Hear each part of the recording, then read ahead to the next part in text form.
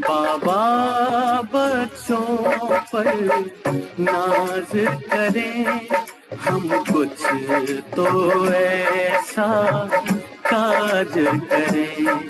बाबा बच्चों पर नाज करें, हम कुछ तो ऐसा काज करें। माया से कभी ना हारे हम, माया से कभी ना हारे हम, माया से कभी ना हारे हम। कर में प्रियों पर हम राज करें। बाबा बच्चों पर नाज करें, हम कुछ तो ऐसा काज करें।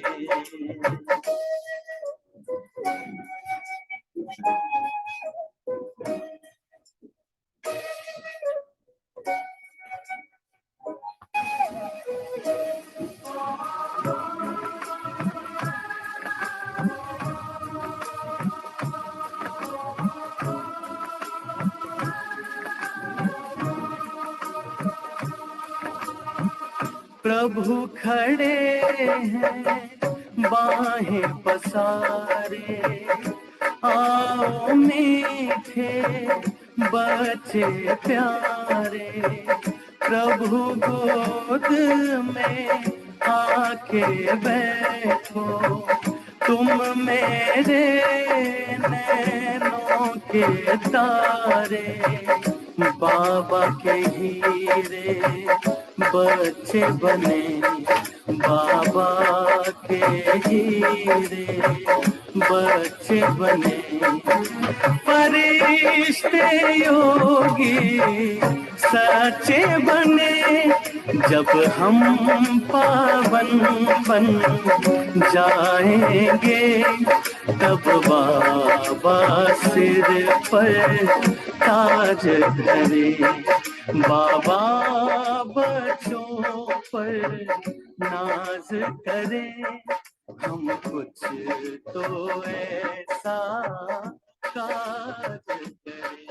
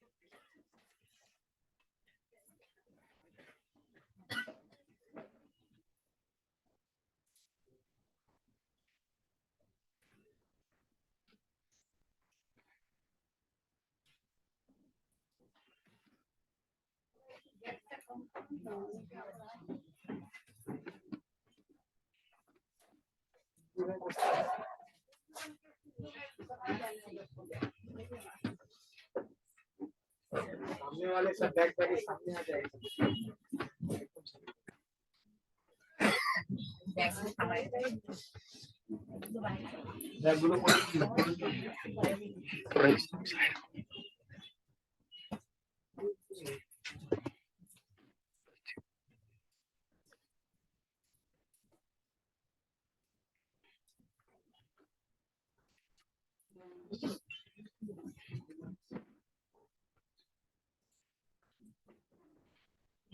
शांति। तो हमारे इस भट्टी का विशेष लक्ष्य हमें वर्तमान समय को देखते हुए अपने आप को शक्तिशाली बनाना है, पावरफुल बनाना है, जिससे हमारे जीवन की जो छोटी मोटी समस्या आती है सारी समस्या खत्म होगी, हमें संगम युग का आनंद आएगा, पद भी ऊंचा होगा। तो उसके लिए हमें क्या क्या करना है, सवेरे इसी चर्चा चल रही। तो पहली बात बताई थी, हमें 3 बातों को पक्का करना है। पहले तो हमें अमृत वेला को अच्छी तरह करना है, दूसरा बताया रोज क्लास के पहले योग करना है, और तीसरा रोज की ईश्वरीय महावाक्य क्लास में सम्मुख सुनना है। दूसरी बात बताई थी, अगर हमें अपने आप को शक्तिशाली बनाना है उसके लिए अतम अभिमानी स्थिति का पुरुषार्थ करना है। उसके लिए भी क्या क्या करना है, कैसे गाड़ी को गैरेज में लगाना है, कैसे हमें पवित्रता की धारणा, संकल्प कम, इसके बारे में भी चर्चा की। उसके बाद तीसरी बात बताई थी, अगर अपने आप को शक्तिशाली बनाना है, मेरा संकल्प की जो लीकेज चलती है, छोटे छोटे बातों में हमारे संकल्प चलते, ये क्यों हो रहा है, ऐसा क्यों हो रहा है, इसका मतलब हमने ज्ञान को क्लियर समझा ही नहीं। इसलिए ड्रामा को पक्का करके जो हुआ अच्छा हुआ, निगेटिव को पॉजिटिव बना करके अपने संकल्पों को बचाना, इससे हम शक्तिशाली बनेंगे। आजकल बाबा एक शब्द 2-4 साल से यूज कर रहे हैं, तीव्र पुरुषार्थ करो। पिछले 6-7 सालों से यूज कर रहे थे तीव्र पुरुषार्थ। समय नाजुक चल रहा है, तो तीव्र पुरुषार्थ मतलब क्या? रात भर जागना, मौनी बाबा बन करके बैठना, इसको कहेंगे। कोई व्यक्ति दौड़ा फिर वापिस आया, फिर दौड़ा फिर वापिस आया, फिर दौड़ा फिर वापिस, कहाँ रहेगा? जहां से निकला वहीं से रहेगा। इसी तरह मैंने डट करके रात भर योग किया और सारा दिन निगेटिव सोचा, तो क्या हो जाएगा? जितना दौड़े उतना वापिस फिर। इसलिए तीव्र पुरुषार्थ करना अर्थात मन को चुप रखना। जिसका मन चुप है, रात को सोया है तो भी योग लगा हुआ है, रास्ते में चल रहे तो भी उसका योग लगा रहा है, वो है तीव्र पुरुषार्थ। इसलिए संकल्प को बचाने की आवश्यकता है। इसे क्या क्या होता है, शरीर की बीमारियां क्या क्या होता है वो बता। और जिसका संकल्प में विरत चलता है, वो योग में बैठा है तो भी उसका योग नहीं है। लाल लाइट चल रहा है, गीत बज रहा है, शुरू करके मैं आत्मा हूँ, शांत शुरू, फिर कह के मेरे को उन्होंने क्यों बोला, फिर कह के छोड़ो मैं आत्मा हूँ, फिर कह के 15 दिन पहले भी तो बोला था, फिर कह के मैं आत्मा, फिर कह के सबके बीच में क्यों बोला। इसलिए ये कला सीखने, संकल्पों को बचाना है, वो है ज्ञानी। कुछ भी हो जाए व्यर्थों से मुक्त।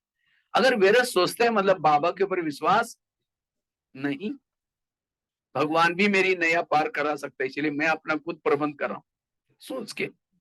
मेरा काम है प्रभु का चिंतन करना, प्रभु का काम है भक्तों के जीवन में, बच्चों के जीवन में जो समस्या आती है उसका समाधान करना।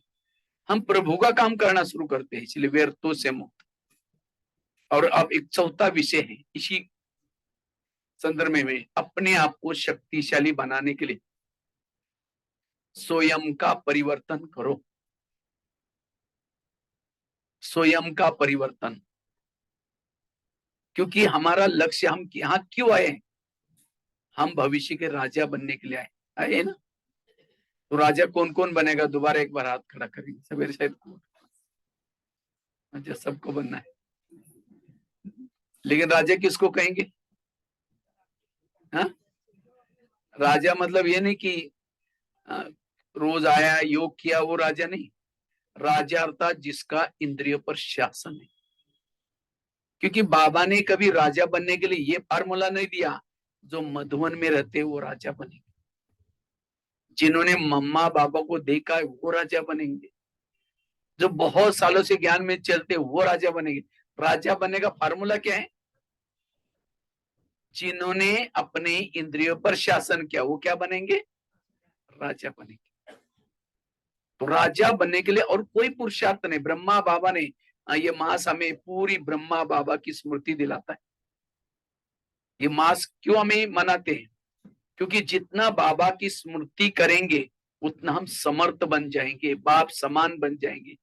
तो बाबा ने क्या किया? जैसे सवेरे भी मैंने याद दिलाया था, बाबा ने दो बातों का गहरा पुरुषार्थ किया। एक, अशरीरी निराकारी विधेयी स्थिति का अभ्यास, और दूसरा बाबा ने क्या किया?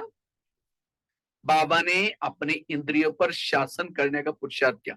बाबा की एक डायरी मिली थी पुरानी, और उस डायरी में बाबा ने पूरा लिखा था कर्मेंद्र से कैसे बाबा बातें करते थे। लेकिन आज हमारा ध्यान है इसके तरफ। अंधेरी नगरी, चौपट राजा, टकेसरबाजी, टकेसर खाजा। हाथ तो खड़ा किया था हम राजा बनने वाले, और मन को कहा, ये मन तुम आधा घंटा परम धाम में जाना। मन कहीं मार्केट में लेके जाता, तो राजा कैसे बनेंगे? तो राजा बनने के लिए हमारा इंद्रियों पर शासन चाहिए, जिसको ही बाबा के शब्द में और एक दूसरा शब्द है चैरिटी बिगेन्स एट होम। आप अपने घर को सुधारो। घर मतलब लौकिक घर नहीं, ये शरीर आत्मा का क्या है? घर है। तो इसके अंदर जो रहते हैं उनको ज्ञान में चलाओ। तो क्या क्या ज्ञान? कान ज्ञान में चलता है हमारा, आंखें ज्ञान में चलती है, मुंह ज्ञान में चलता है, हमारा मन ज्ञान में चलता है। अगर ये ज्ञान में नहीं चलते हैं तो परिवर्तन कैसा आएगा? इसलिए पहले हर इंद्रिय आपकी ज्ञान में चले। अगर आंखें ज्ञान में चलती, योग लगाते समय बंद क्यों होती? और कोई मोबाइल में गलत चीजें देखते हैं तो उस समय बंद नहीं होती, टक टक, रात को 12 बजे 1 बजे वो आंख बिल्कुल अच्छी तरह खोल करके देखे। अगर कान ज्ञान में चलता, परचिंतन क्यों सुनता? अगर स्वयं का परिवर्तन करना चाहते हो, हर इंद्रिय ज्ञान युक्त रहे। सारे गीता का सार है, हे अर्जुन तुम अपने घोड़े की लगाम अपने हाथ में रखो। नौका पानी के ऊपर से चलेगी, पार कराएगी। नौका के अंदर पानी आएगा तो डुबा देगी। जो इंद्रियों को चलाता है वो पार हो जाता है, जिसको इंद्रिया चलाते वो डूब जाता है। तो हमारे जीवन की प्रॉब्लम कुछ अलग नहीं है। प्रॉब्लम कोई व्यक्ति नहीं निर्माण करता, परिस्थिति निर्माण, प्रॉब्लम हमारी इंद्रिया निर्माण कर रहे हैं। इसलिए ब्रह्मा बाबा ने ये पुरुषार्थ किया। देवता बनना है तो ये लेसन बहुत इंपॉर्टेंट है। ये ज्ञान कोई ब्रह्म भक्ति वाला नहीं, यहाँ आए मुरली सुन लिया फिर सारा दिन जो चाहे आंखें जो चाहे देख रहे, कान जो चाहे हो रहे। जैसे अंधा पीस रहा है, कुत्ता बैठ करके खा रहा है। आंधे को लग रहा है मैं बोरी भरकर पीसा, लेकिन उसको क्या पता कि कुत्ते ने सारा खा लिया। इसी तरह हम तो योग लगाते हैं, मुरली सुनते हैं, सारा दिन आंखें वेरत वेरत देख रहे हैं, कान वेरत सुन रहे हैं, मुख वेरत बोल रहे हैं, जमा कुछ भी नहीं। आपको शांति तब होगी जब हर इंद्रिय अपनी अपनी ड्यूटी एक्यूरेट करे। कान अपनी ड्यूटी एक्यूरेट करे, आंखें अपनी ड्यूटी एक्यूरेट करे, मुख अपना ड्यूटी एक्यूरेट करे, तो प्रॉब्लम आएंगे नहीं। विकार कहीं बाहर से नहीं आते, विकार आते इंद्रिय थ्रू। कृष्ण जब रथ में बैठता है पहले घोड़ों को प्यार करता है, तब तपाता है। क्यों? घोड़े अगर दुर्योधन के सामने गिर जाएगी, पराजय हो जाएगी। इसी तरह हमें भी क्या करना है, जब अमृत वाला करके जब शरीर में प्रवेश करता है, अपने घोड़ों को प्यार करो। हमारे घोड़े कौन से? कान, उसे प्यार करो। हे कान, तुम कुछ आज ऐसी चीज ना देखना जो मेरा सिर झुक जाए। हे आंखें, तुम कोई ऐसी चीजें ना देखना जो मेरा सिर झुक जाए। जब हर इंद्रियों के अंदर विकारों के लिए नफरत आएगी, तब मायाजित बन सकते हैं। मायाजित बनने के लिए इंद्रियों के अंदर विकारों के लिए नफरत चाहिए। इंद्रियों के अंदर अगर विकारों के लिए आकर्षण है, एक संगम युग क्या 10 संगम युग में भी पुरुषार्थ करेंगे, मायाजित नहीं बन सकते। अभी गीत बज रहा था, ऐसा कोई काम करना, माया से न हारना, और इसके लिए कर्मेंद्रिय पर जीत प्राप्त करना। बहुत सुंदर गीत। इसीलिए मायाचित बनने का आधार है इंद्रिय चित। हर इंद्रिया, जैसे आजकल के मम्मी पापा इतना बिजी रहते हैं, बच्चा कहाँ जा रहा है, किसके संग में जा रहा है, क्या देखता है, उसको पूछने का देखने का टाइम ही नहीं। जब बच्चा गलत काम करते हैं उनकी आंखें खुल जाती। इसी तरह हम अपने आप में इतना व्यस्त हैं, मेरी आंखें क्या देख रहे हैं, मेरा क्या, सारा दिन क्या क्या देखते हैं, शाम को पूछने का भी टाइम नहीं है। आज कहीं कहते सत्युग कब आएगा, और कितना साल बाकी है, कृष्ण जन्म कब लेगा। अभी बाबा का आना का तो बंद हो गया। बाबा ने कहा कि संगम 100 साल का है, 86 साल तो पूरा हो गया। कई ऐसी गिनते रहते। लेकिन सत्युग का गायन क्या है? क्या है गायन? एक धर्म, एक राज्य, एक भाषा, एक कुल, एक मत। तो क्या एक आत्मा का शासन बॉडी पर है? क्या एक धर्म धारणा है? जब हमने अंदर सत्य को नहीं बनाया तो बाहर कैसे आएगा? अच्छा, आ भी जाएगा, हम उसमें नहीं आएंगे। अधीन वाला कभी अधिकारी नहीं बन सकता। तो राजा कौन बनेगा, दासी कौन बनेगा, साहूकार कौन बनेगा? सिस्टम है। मुकड़ा देख ले प्राणी मैं कौन। कोई ज्ञान में चलता है, धन से सेवा नहीं करता, ज्ञान भी दूसरों को नहीं सुनाता, इंद्रियों के भी अधीन है, लेकिन ज्ञान में चलता है, वो क्या बनेंगे? दास दासी। दास दासी वो बनते जो उदास रहते हैं। उदास वो होते जो इंद्रियों के अधीन है। इंद्रियों के अधीन वालों को कभी खुशी नहीं होगी। जो किसी का श्रृंगार नहीं करते ज्ञान योग से, वो श्रृंगार करने वाली बनती। दासिया क्या करते? श्रृंगार करते, क्योंकि यहाँ रोज बाबा कितना मुरली। बाबा की मुरली केवल महारथियों के लिए नहीं है, क्योंकि हर एक बाबा के राजा बच्चे। अगर जो नहीं करते वो दासी, वो अपने आप बन जाते हैं। कोई ज्ञान में चलता है, धन से सेवा करता है, ज्ञान दूसरों को सुनाता है, लेकिन इंद्रियों के अधीन है, वो क्या बनता है? साहूकार बनता है, राजा नहीं बनता। साहूकार क्यों बना? क्योंकि धन से धन दान किया, ज्ञान दान किया, इसलिए क्या बना? अनेकों का गुना होकर के मिला, साहूकार बना। कोई ज्ञान में चलता है, धन से सेवा नहीं करता, ज्ञान भी दूसरों को नहीं सुनाता, लेकिन इतना गुप्त पुरुषार्थ कर रहे हैं, अपने इंद्रिय पर शासन है, तो ये क्या बनेगा? राजा तो बनेगा, लेकिन कंगाल राजा बनेगा। क्यों? धन से सेवा नहीं की, ज्ञान भी दूसरों को नहीं सुनाया। और कोई ज्ञान में चलता है, धन से सेवा कर रहा है, ज्ञान भी दूसरों को सुना रहे हैं, इंद्रियों पर भी शासन है, वो क्या बनता है? संपन्न राजा। तो चेक करो मेरी गाड़ी कौन से ट्रैक में खड़ी। मैं ही दासी बनने वाली हूँ, मैं ही साहूकार बनने वाला हूँ, मैं ही कंगाल राजा बनने वाला हूँ, यह संपन्न। अभी भी ट्रैक को बदल सकते हैं, और भविष्य में कितने दिन मिलेगा उसका कोई भरोसा नहीं है। स्पष्ट है। यहाँ संगम युग में जो करते वही हमको मिलता है। कई को क्या लगता है ब्रह्मा कुमारी में आए तो हमें सब मिलने वाला है, ये हमारी गलत फहमी है। अगर यहाँ आकर के कुछ करेंगे तो मिलेगा, अभी कुछ भी नहीं है। एक बहुत ही शादी से पहले बहुत दान पुण्य करती, लेकिन जब शादी होती है दान पुण्य नहीं करती, क्योंकि उसकी शादी शेठ जी के घर में हुई।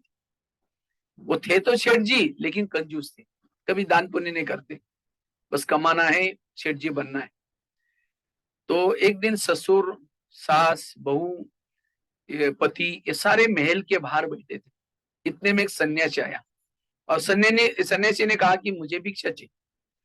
तो बहू क्या बोलते, मैं खुद बासी खाती और भूखी सोती, तुमको कहां से दूं? तो सास को बड़ा गुस्सा है, क्या बोल रहे हैं, हम इतने बड़े सेठ जी लोग हैं, और ये कहते बासी खाती हूँ, भूखी सोती हूँ। सन्यासी था, इसीलिए सास ने कुछ बोला नहीं। फिर दोबारा वो सन्यासी ने कहा, मुझे थोड़ी भिक्षा चाहिए। कहते सुना नहीं तुमने, मैं खुद बासी खाती और भूखी सोती हूँ, तुमको कहां से दूं? सन्यासी चला गया। सास उठी, बहू को 2 थप्पड़ लगा दी।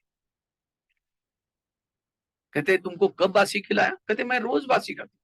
आज मेरी शादी शेठ जी के घर में हुई है, ये तो मेरे पिछले जन्मों के पुण्य कर्मों का फल है, इसीलिए मैंने कहा मैं बासी खाता हूँ, मैं पिछले जन्म में जो कुछ किया था उसका कार्य है। उसको लगा बात तो सही है, लेकिन कहते तुम भूखा कब सोती हो? कहते आज भविष्य के लिए मैं कुछ कर ही नहीं रही हूँ, अगले जन्म के लिए, इसीलिए मैंने कहा भूखी सोती हूँ, बासी खाती हो और भूखी सोती है। उसको लगा बात तो सही है। कहते ठीक है, गए घोड़े के लिए जो चने पीसे उसको दिया करो। उसको लगता है अभी तो अक्कल तो आ गई, लेकिन उसको लगता है अगर मैं चने दान करूंगी मुझे क्या मिलेगा? बोरी की बोरी चने मिलेगी, क्योंकि जो देंगे वही मिलेगा। तब उसकी सास कहते अच्छा जो चाहे दे दो। इसी तरह कहीं हम बासी खा करके भूखा तो नहीं सो रहे। आज हमें इतना तरावटी माल मिल रहा है, इतनी पालना मिल रहे हैं, और दुनिया में तो एक बूंद के लिए प्यासे लोग, लेकिन हमें तो सागर कितना ज्ञान की सागर, इतनी सारी पॉइंट्स, क्या क्या पालना मिल रहे हैं। ये कौन सी जन्मों का फल है? 63 जन्मों में जो दर दर भटके थे, व्रत किया था, उपवास किया था, उसका फल है। तो कौन सा खा रहे हैं? बासी खा रहे हैं। और आज अगर मैंने भविष्य के लिए कुछ किया नहीं, तो अगले जन्म के लिए कैसे सो रहे? भूखा सो रहे। इसलिए हमें कुछ ना कुछ रोज भविष्य के लिए, कभी आप अपना भविष्य का एक चित्र बना दो, मैं भविष्य कैसा चाहता हूं। अगर मुझे भविष्य में धन चाहिए, तो मुझे धन से क्या करनी पड़ेगी? सेवा करनी पड़ेगी। कितना दिया वो वैल्यूबल नहीं, अपने पास है उसमें दादी तो कहती थी अपने इसके 4 हिस्से बनाओ, बैलेंस रखो। तो हमें धन चाहिए तो धन से सेवा करनी है। अगर मुझे तन तंदुरुस्त चाहिए, तो तन से भी सेवा करनी है। और तन से सेवा करने की कितने चांस है? सेंटर पर आओ, कभी झाड़ू पोछा कराओ, कभी कहीं नया मकान बनता है, वहां ईंटे पत्थर उठा, कितनी सारी चांस है तन से भी सेवा करने। अगर कभी फ्री है तो मधुवन में एक आधा महीना सेवा करके आओ। तन से सेवा, तन जितना सेवा में लगाएंगे उतना तन तंदुरुस्त। पिछले मुरली में आप देखा होगा, बाबा ने कहा कि श्वास सफल करेंगे, संकल्प सफल करेंगे, तो क्या क्या मिलेगा। इसीलिए जो करेंगे वही हमको, अगर कोई आपके पास गाड़ी है, व्हीकल है, अगर कभी सेंटर पर जरूरत है, यूज करते हैं, आपको व्हीकल से कोई कमी नहीं पड़ेगी। जो यहाँ करेंगे वही चीज आपको मिलेगी। और अभी तो स्वीकार कर रहा है बाबा, याद रखना, भविष्य में एक समय ऐसा आएगा बाबा स्वीकार नहीं करेगा। भाग्यशाली आप लोग जो यहाँ स्वीकार किया जाता है। जैसे 1500 की नोटा बंद हो गई, उस समय क्या हुआ? कई लोगों ने ला करके भंडारी में डालना शुरू कर दिया।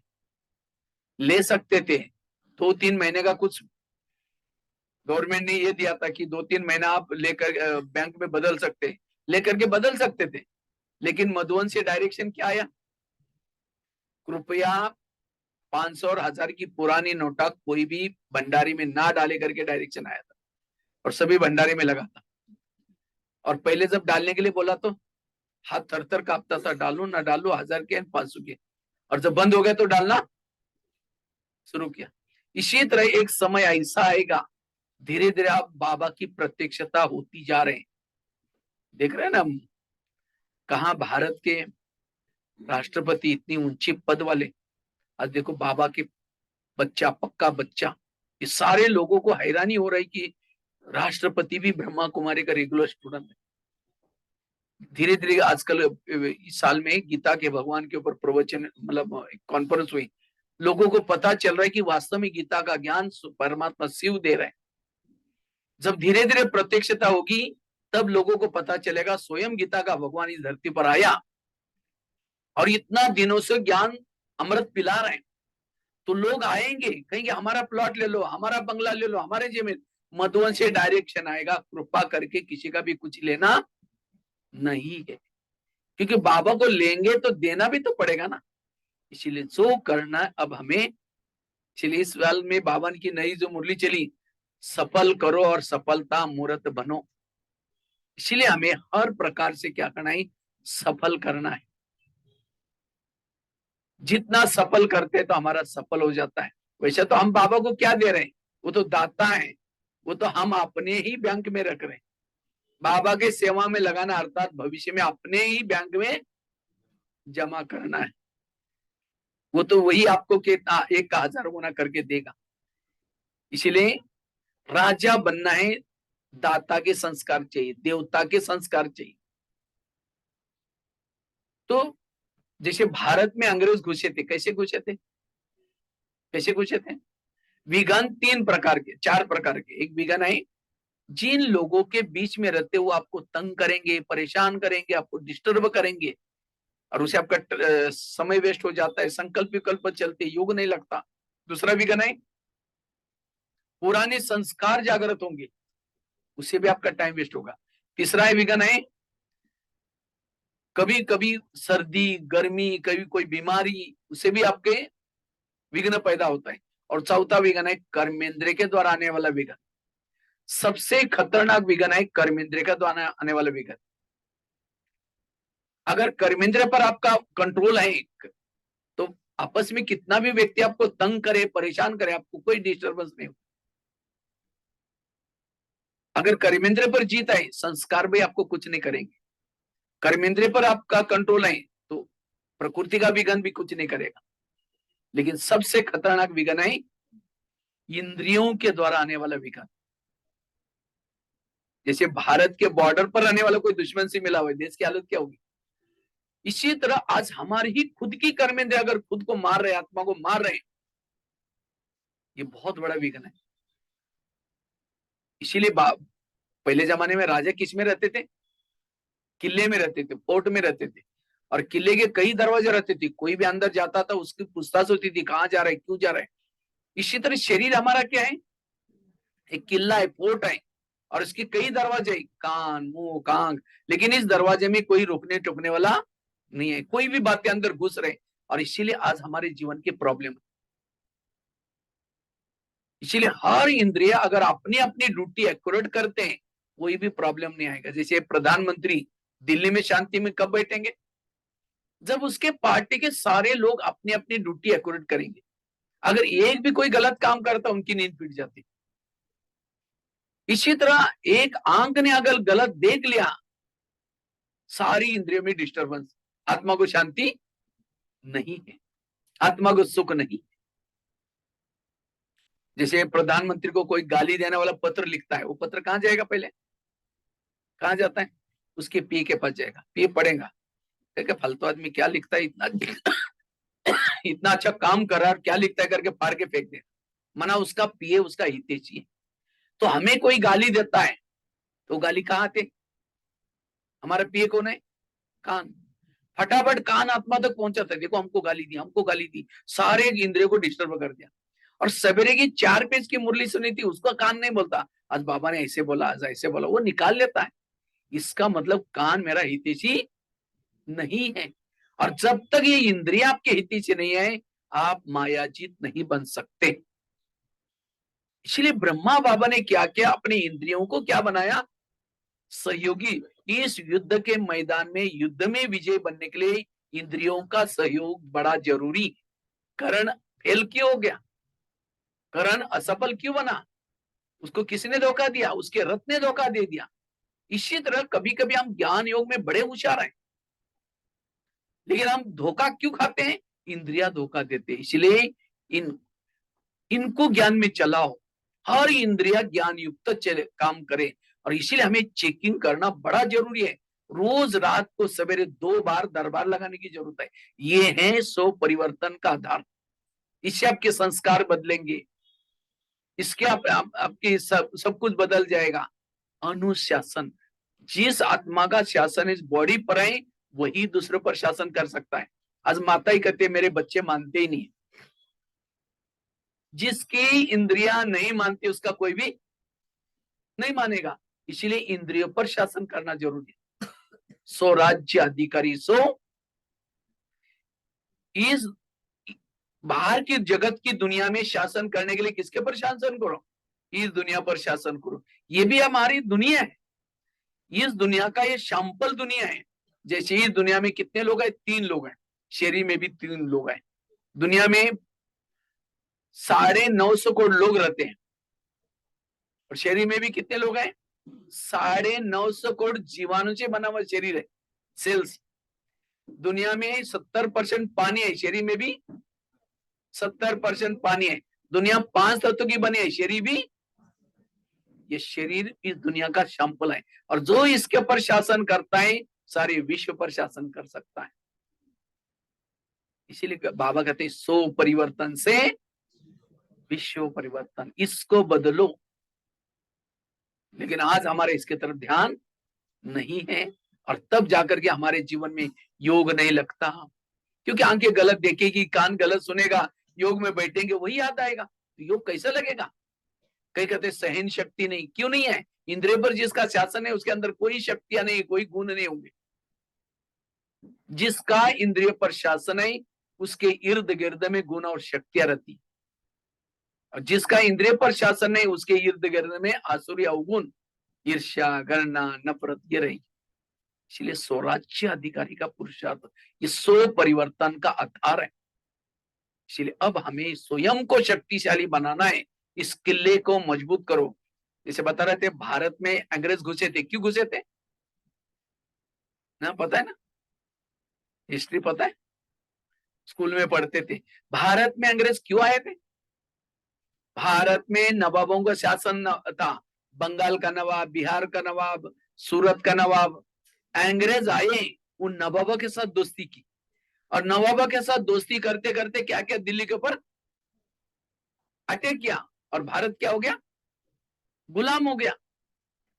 इसी तरह ये शरीर में हमारा क्या है, एक इंडिया है, और इस इंडिया की राजधानी कहाँ है, यहाँ आत्मा राजा रहता है।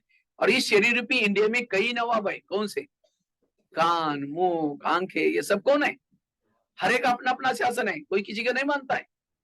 तो माया रूपी अंग्रेज आता है, काम क्रोध आता है, और दोस्ती किसके साथ करता है, इन नवाबों के साथ दोस्ती करता है। कान के साथ दोस्ती की, मुख के साथ दोस्ती की, आंखों के साथ दोस्ती की, आत्मा के ऊपर अटैक किया। और इसीलिए अब हमारा शरीर रूपी देश क्या है, गुलाम है। अगर इस संगम युग में शरीर रूपी देश को आप आजाद नहीं करेंगे तो कोई भी जन्म में राजा, वैसे तो आज तो बाबा ने बोला, बाबा की जो बच्ची आई कोई ना कोई जन्म में राजा जरूर बनेंगे, लेकिन कलयुग में राजा बन करके क्या फायदा। हमें राजा कहाँ बनना है, सत्युग में बनना है।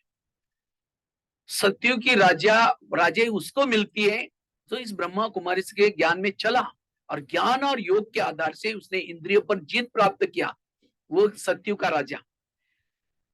त्रेता में वो राजा बनता है जो ज्ञान योग करता था लेकिन इंद्रियों के द्वारा हार गया, वो एकाधा पद हरा हुआ कहाँ आता है, त्रेता में। और द्वापर में वो राजा बनता है जो भावना से ज्ञान में चलता है। और कलयुग में राजा वो बनता है बड़ों के पास जाकर के दूसरे की चापलूसी करना, दूसरे की कंप्लेन करना, और अपने को ही ज्यादा समझना। जैसे आजकल इसमें हारता जीतता कौन है, कांग्रेस, ये जो आजकल कौन, जितना दूसरे की बुराई करते हैं लोग क्या करते हैं, उसको वोट देते हैं। जितना माइक के ऊपर बुराई करेंगे उतना लोग क्या करते हैं, उसको, अब आजकल चलता है ना, वो कहाँ के राजा बनते हैं, कलयुग के राजा बनते हैं। अगर मुझे सत्युग की राज्य लेनी है, मुझे इंद्रियों पर शासन करना है, स्वराज्याधिकारी बनना है। ये बहुत इंपॉर्टेंट लेसन है, और इसी कारण आज हमारे अंदर संस्कार नहीं बदल रहे, परिवर्तन नहीं आ रहे। तो इसलिए अगर स्वयं का परिवर्तन करना है, स्वराज्य अधिकारी बनने की जरूरत है। तो भारत में अंग्रेज घुसे थे, उनको भगाया कैसे, कैसे भगाया, वही नीति को यहां आप यूज करो। कैसे भगाया था, जगह जगह पर सभा लगाई, जालियनवाला बाग, उसके बाद और क्या किया, एक पंजाब में जालियनवाला बाग है, वहां कुछ लोग इकट्ठे हो गए थे, और जब इकट्ठे हो गए थे तो क्या हुआ, अंग्रेज लोगों ने आकर के दरवाजे में खड़े होकर के क्या किया, उनको गोलियां झाड़ी थी, और काफी सारे लोग मर गए थे। तो लोगों के अंदर और क्या हो गया, वैराग्य उत्पन्न हो गया। जालियनवाला बाग, और क्या, नमक का सत्याग्रह, मुझे लगता है गणपति का उत्सव तब से चालू हो गया, अखबार भी तब से निकले गए। और शायद यहाँ पश्चिम बंगाल में एक नारा बनाया था, वंदे मातरम, वंदे मातरम। लेकिन अंग्रेज लोग वंदे मातरम बोलने नहीं देते थे, उनको हिंदी नहीं आती थी। उनको क्या लगता है, क्या बोल रहे हैं हमको ये, वंदे मातरम मतलब बांधो और मारो इसीलिए वो बोलने नहीं देते थे। तो तब जाकर के भारत की जनता को क्या क्या जागृत किया, और जब जनता की जागृत हुआ तो जनता ने नारे लगाए, अंग्रेजों को बैक, साइमन को बैक, भारत छोड़ो, तब चले गए। इसी तरह हमें भी शरीर रूपी देश में काम क्रोध ये घुसे हुए, उनको भगाना है, तो क्या करो, अपनी जनता को जागृत करो। हमारी जनता कौन है, ये आंखें, ये कान, ये मुंह, ये सारी जनता, इनको जागृत करो। और ये ब्रह्मा बाबा ने काम किया, लेकिन आज हमारा पुरुषार्थ इसके तरफ ध्यान, हम देख रहे हैं वो क्या करता है, वो क्या करता है, उसने क्या बोला। और इसीलिए बाबा ने सो परिवर्तन से विश्व परिवर्तन होगा। उस दुनिया पर शासन करना है तो इसके पर शासन करो, अनुशासन वाला ही दूसरे पर शासन। फिर कहेंगे माता बड़ी अच्छी है, माता अच्छी है मतलब क्या, उसका इंद्रिय पर संयम है। इसलिए स्वराज्य अधिकारी से भविष्य का क्या मिलेगा? विश्व का राज्य मिलेगी। तो हम रोज अपनी इंद्रियों पर शासन कैसे करें, कैसा उन इंद्रियों का दरबार लगाएं। रोज अमृतवेला करने के बाद, अमृतवेला करने के बाद इस शरीर रूपी देश में आओ। अमृतवेला 5 बजे के बाद, मतलब 4:45 के बाद शरीर में आए। शरीर में आकर के सभी इंद्रियों से गुड मॉर्निंग बोलो और 5 मिनट अपनी इंद्रियों से बातें करो। कैसे बातें करनी? सबसे पहले बात करो कान से। हे मेरे कान, तुम मेरे इस राज्य के शान हो। अगर तुम ना होते मैं ईश्वरी महावाक्य कैसे सुनता। इसलिए हे कान, तुम्हारा बहुत बहुत धन्यवाद। मेरा तुम्हारे पर विश्वास है, इसलिए मैंने तुमको बॉर्डर पर रखा है। कान का है, बॉर्डर पर है। बॉर्डर पर किसको रखा जाता है? जैसे पाकिस्तान के बॉर्डर पर कोई एक आधा सैनिक रहता है, लेकिन आतंकवादी आकर के उस सैनिक को कहता है ये 1000 की नोट की बोरी लो, लेकिन मुझे अंदर जाने दो। वो सोचेगा अरे 1000 की बोरी तो हमको कभी नहीं मिलेगी। अगर उसकी बोरी लेकर के उसको भेज देगा, वो कितने लोगों को मारेगा। इसीलिए उस सैनिक को नोट प्रेमी नहीं, क्या बनने की जरूरत है? देश प्रेमी। इसी तरह आज कान के अंदर इसको कहते हैं ईमानदारी, सच्चाई। हर इंद्रियों के अंदर ईमानदारी, सच्चाई चाहिए, और वो तब आएगी जब हम उनसे बातें करेंगे। हम बातें नहीं करते हैं, इसीलिए इंद्रियां हमको चला रहे। सामने से कोई आता है, मन कहता है बेकार है, ये अच्छा नहीं, इन्होंने हमको धोखा दिया था, और आत्मा चुपचाप सुनती रहते हैं, हाँ ठीक है बोल। इसीलिए आपस में दुरिया पैदा होगी, आपस में नफरत पैदा होगी, और विकारों ने उसका फायदा लिया। इसलिए हर इंद्रियों के अंदर विकारों के प्रति नफरत चाहिए। तो कान से बातें करो। हे कान, तुम मेरे राजाई में रहते हो, मेरा खाते हो। क्योंकि कान क्यों जिंदा है? आत्मा ने कमाया हुआ खून सप्लाई होता है। अगर कान थोड़ा सा यहां होता तो क्या कान जिंदा रहता? खाता है आत्मा का और धोखा दे रहे किसको? आत्मा को। इसीलिए हे कान, आज तक जो हुआ कोई बात नहीं, लेकिन आज से तुम्हें कोई भी प्रकार की व्यर्थ बातें नहीं सुननी। अगर सुनेगा, मैं इस सब के बीच में तुमको सजा दूंगा। और ये भी नहीं समझना मुझे कुछ पता ही नहीं चलता, क्योंकि आजकल शरीर रूपी किले के चारों तरफ से मैंने सीसी कैमरे का प्रबंध किया है। आजकल लगाते ना ऑफिस में, हर जगह पर आजकल क्या लगाते हैं? सीसी के। तो हमारा भी सीसी कैमरा कौन सा है? बुद्धि रूपी नेत्र। वो सदा एक्टिव हो गए हैं अभी।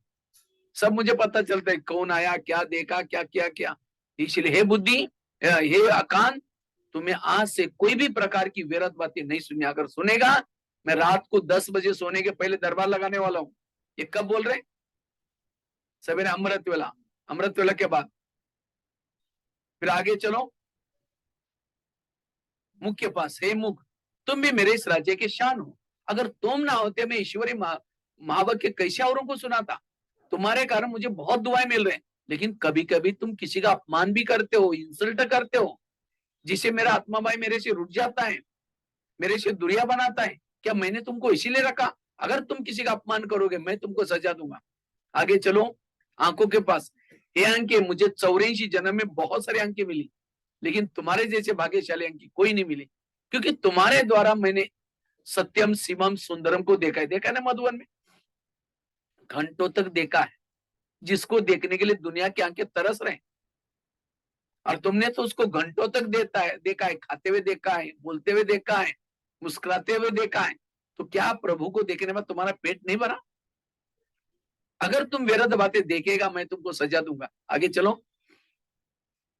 पांव के पास। हे पांव, तुम ही मेरे इस राज्य के शान हो। अगर तुम ना होते मैं सेवा करने के लिए कैसे जाता?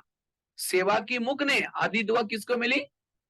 पांव को। सेवा की हाथ ने कर्मना सेवा की, आदि दुआ किसको मिली? पांव को। लेकिन कभी कभी हे पांव, तुम कभी कभी परचिंतन करने के लिए भी लेके जाते हो। परचिंतन किया मुख ने, आधा पाप किसके ऊपर चढ़ा? पांव को। अगर उस समय पांव कहता नहीं नहीं नहीं, मैं राजा को धोखा नहीं दे सकता, मैं राजा का खाता हूँ, हे मुख तुमको परचिंतन करना है, तुम जाओ, भले कल परसों कभी भी आओ, मैं नहीं उसमें शामिल नहीं होगा। तो मुख कहता ठीक है, तुम नहीं आएगा, मैं जा रहा हूँ। पांव अकेला, चाहे वो मुख अकेले निकल जाता। मना उसमें हर इंद्रिय मिली हुई है। इसलिए हर इंद्रियों के अंदर आत्मा के लिए रिगार्ड चाहिए, रिस्पेक्ट। आज कई कहते मुझे कोई रिगार्ड नहीं देता। जिसकी इंद्रिय आत्मा को रिगार्ड नहीं देती, उसको कौन रिगार्ड देगा, कौन रिस्पेक्ट देगा? इसलिए इसमें बदलाव लाओ, इससे बातें करो। और बाबा ने ये पुरुषार्थ किया, इसलिए बाबा सबके प्रिय है, बाबा सबको अच्छा लगता है। बाबा के अंदर सारे वैल्यूज आए, गुण, कारण बाबा ने अपने इंद्रियों को सहयोग बनाया। ये है टोटल सारे गीता का सार, सारे हमारे इस ज्ञान का सार। और ये जब तक नहीं करेंगे तो देवता बनेंगे कैसे? केवल आया, योग लगाया, फिर चल पड़े, उसे अंधेरे नगरी चौपट राजा, टकेसर भाजी टकेसर खाजा। ये है पुरुषार्थ। स्वराज्य अधिकारी स्थिति चाहिए।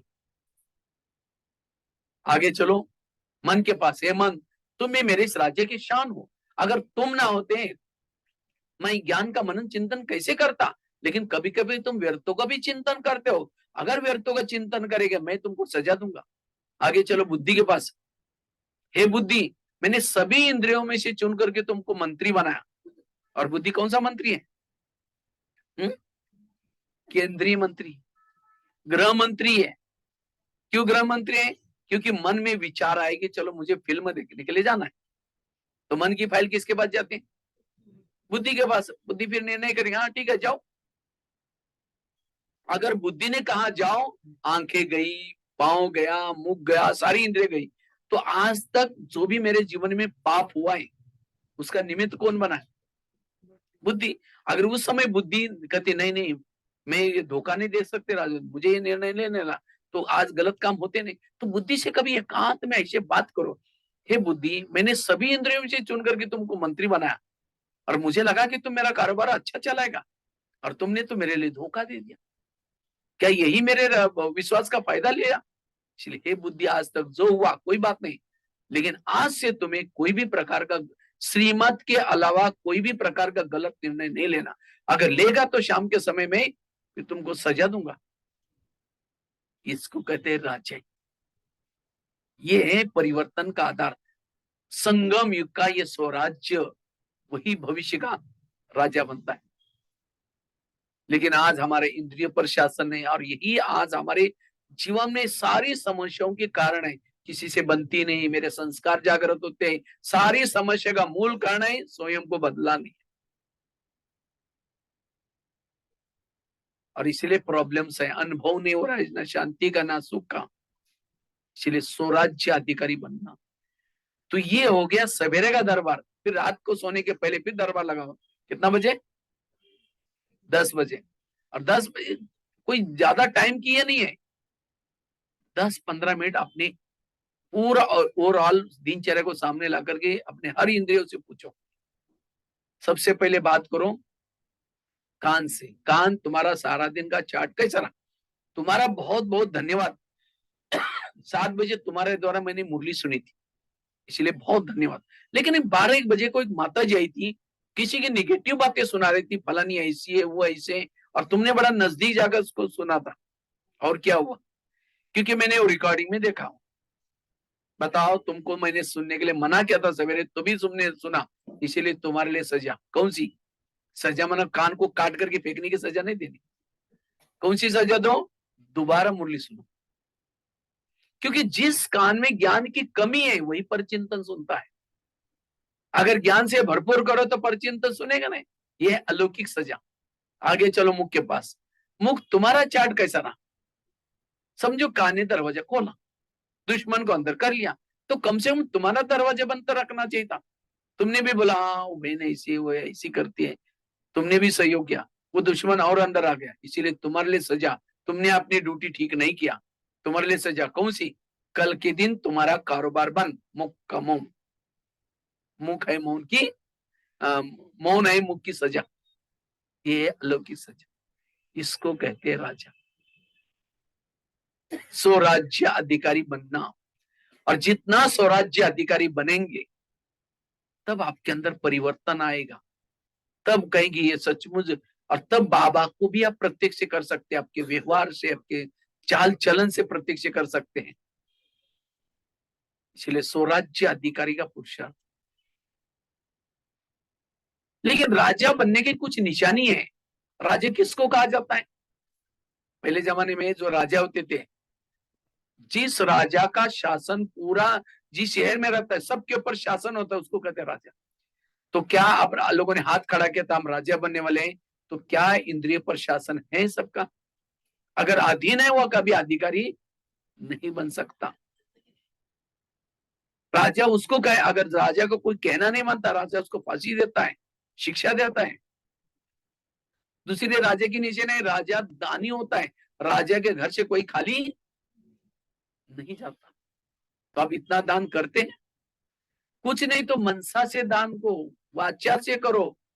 बाबा ने कहा आपके पास कितना खजाना है, कितना खजाना है।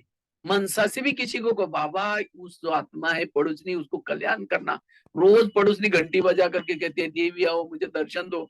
देवी बाजू में बैठे, एक शब्द भी नहीं सुना है। यहाँ से कहीं जा रहे, कहीं बाहर बस में, एक शब्द भी बाजू वालों को नहीं सुनाया। कंजूस है। जो दान नहीं करता वो राजा कैसा बनेगा? इसलिए दान के संस्कार चाहिए। शक्तियों का दान दो, गुणों का दान दो। बाबा ने तो इस साल का कि पूरा वर्ष में गिफ्ट दो। कौन सी गिफ्ट? शक्तियों की, गुणों की, अलग अलग गिफ्ट देनी है सबको।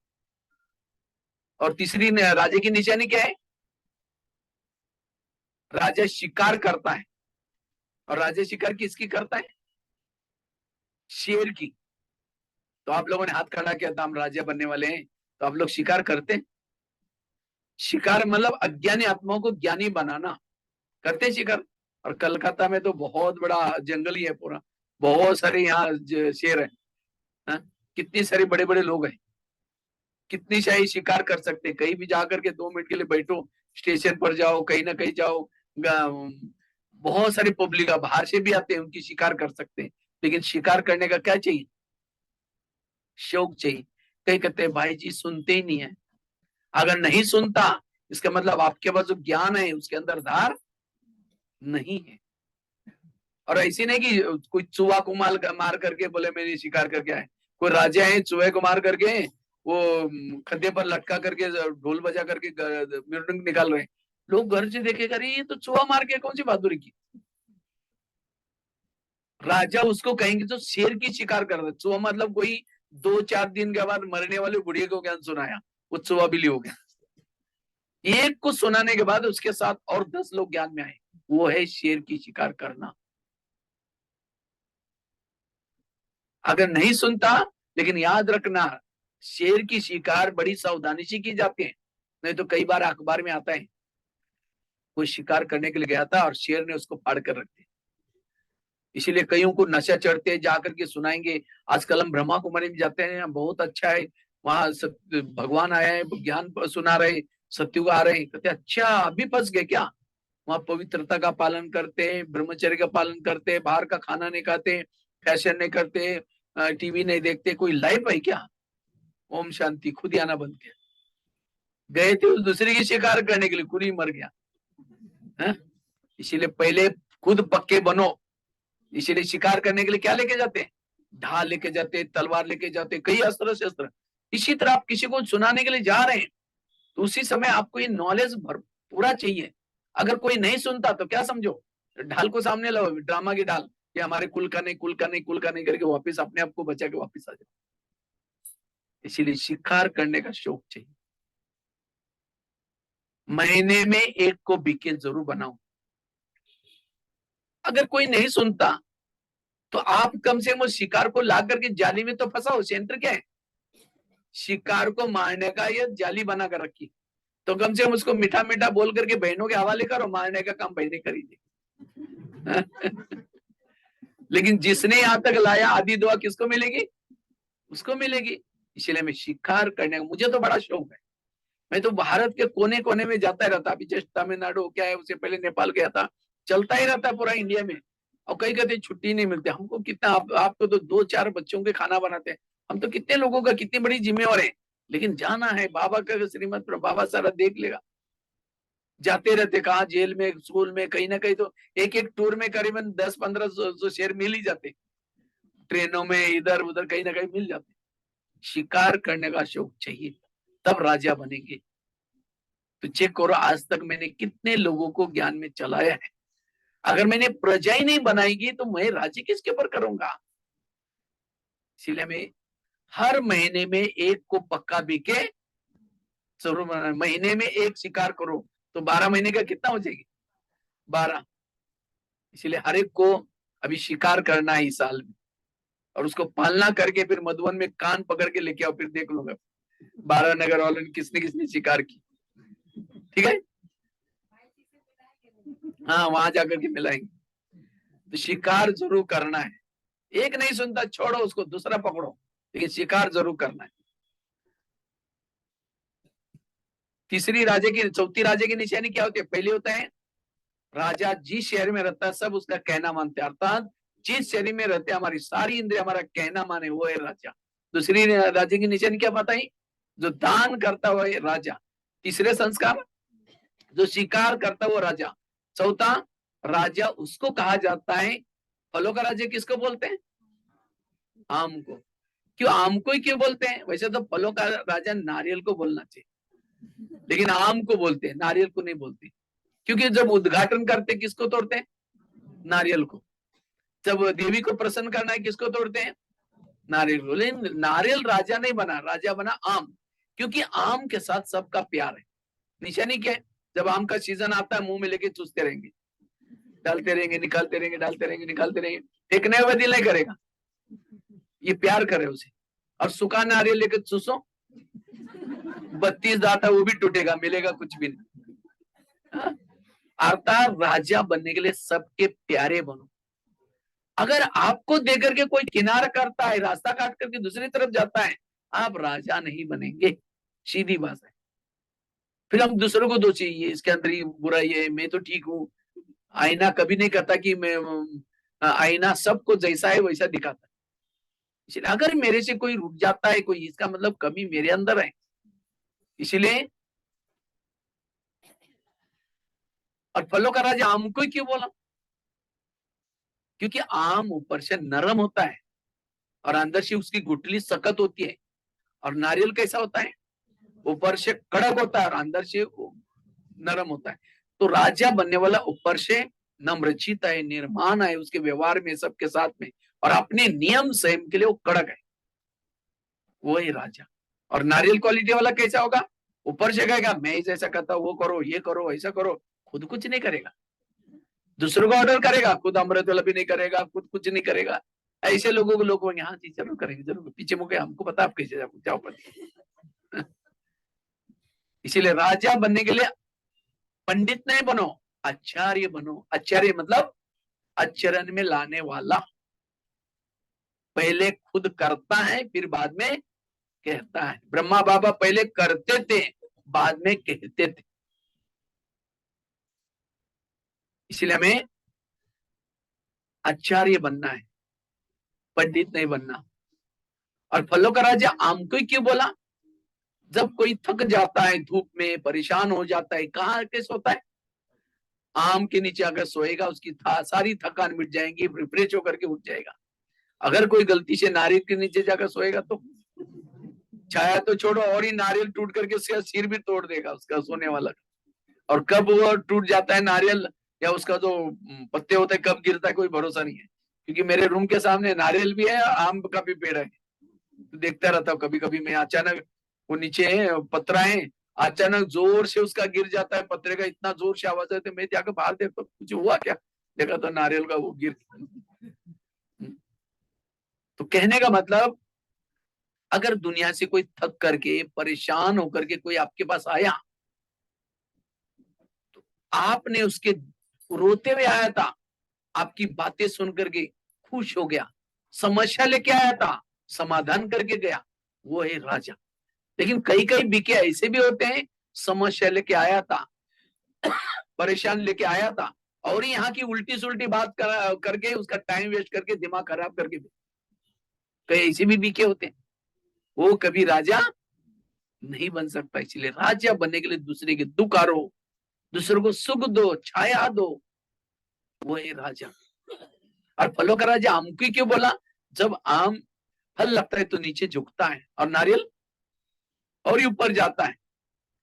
इसी तरह कोई विशेषता, कला, गुण आने के बाद जिसके अंदर अभिमान आता है वो कभी राजा। वास्तव में आम है नम्रता का प्रतीक और नारियल है अभिमान का प्रतीक। अगर मुझे राजा बनना है, नम्रचित बनो। इसलिए कहते हैं ना, विद्या विनयेन शोभते। विद्या आने बाद क्या आनी चाहिए?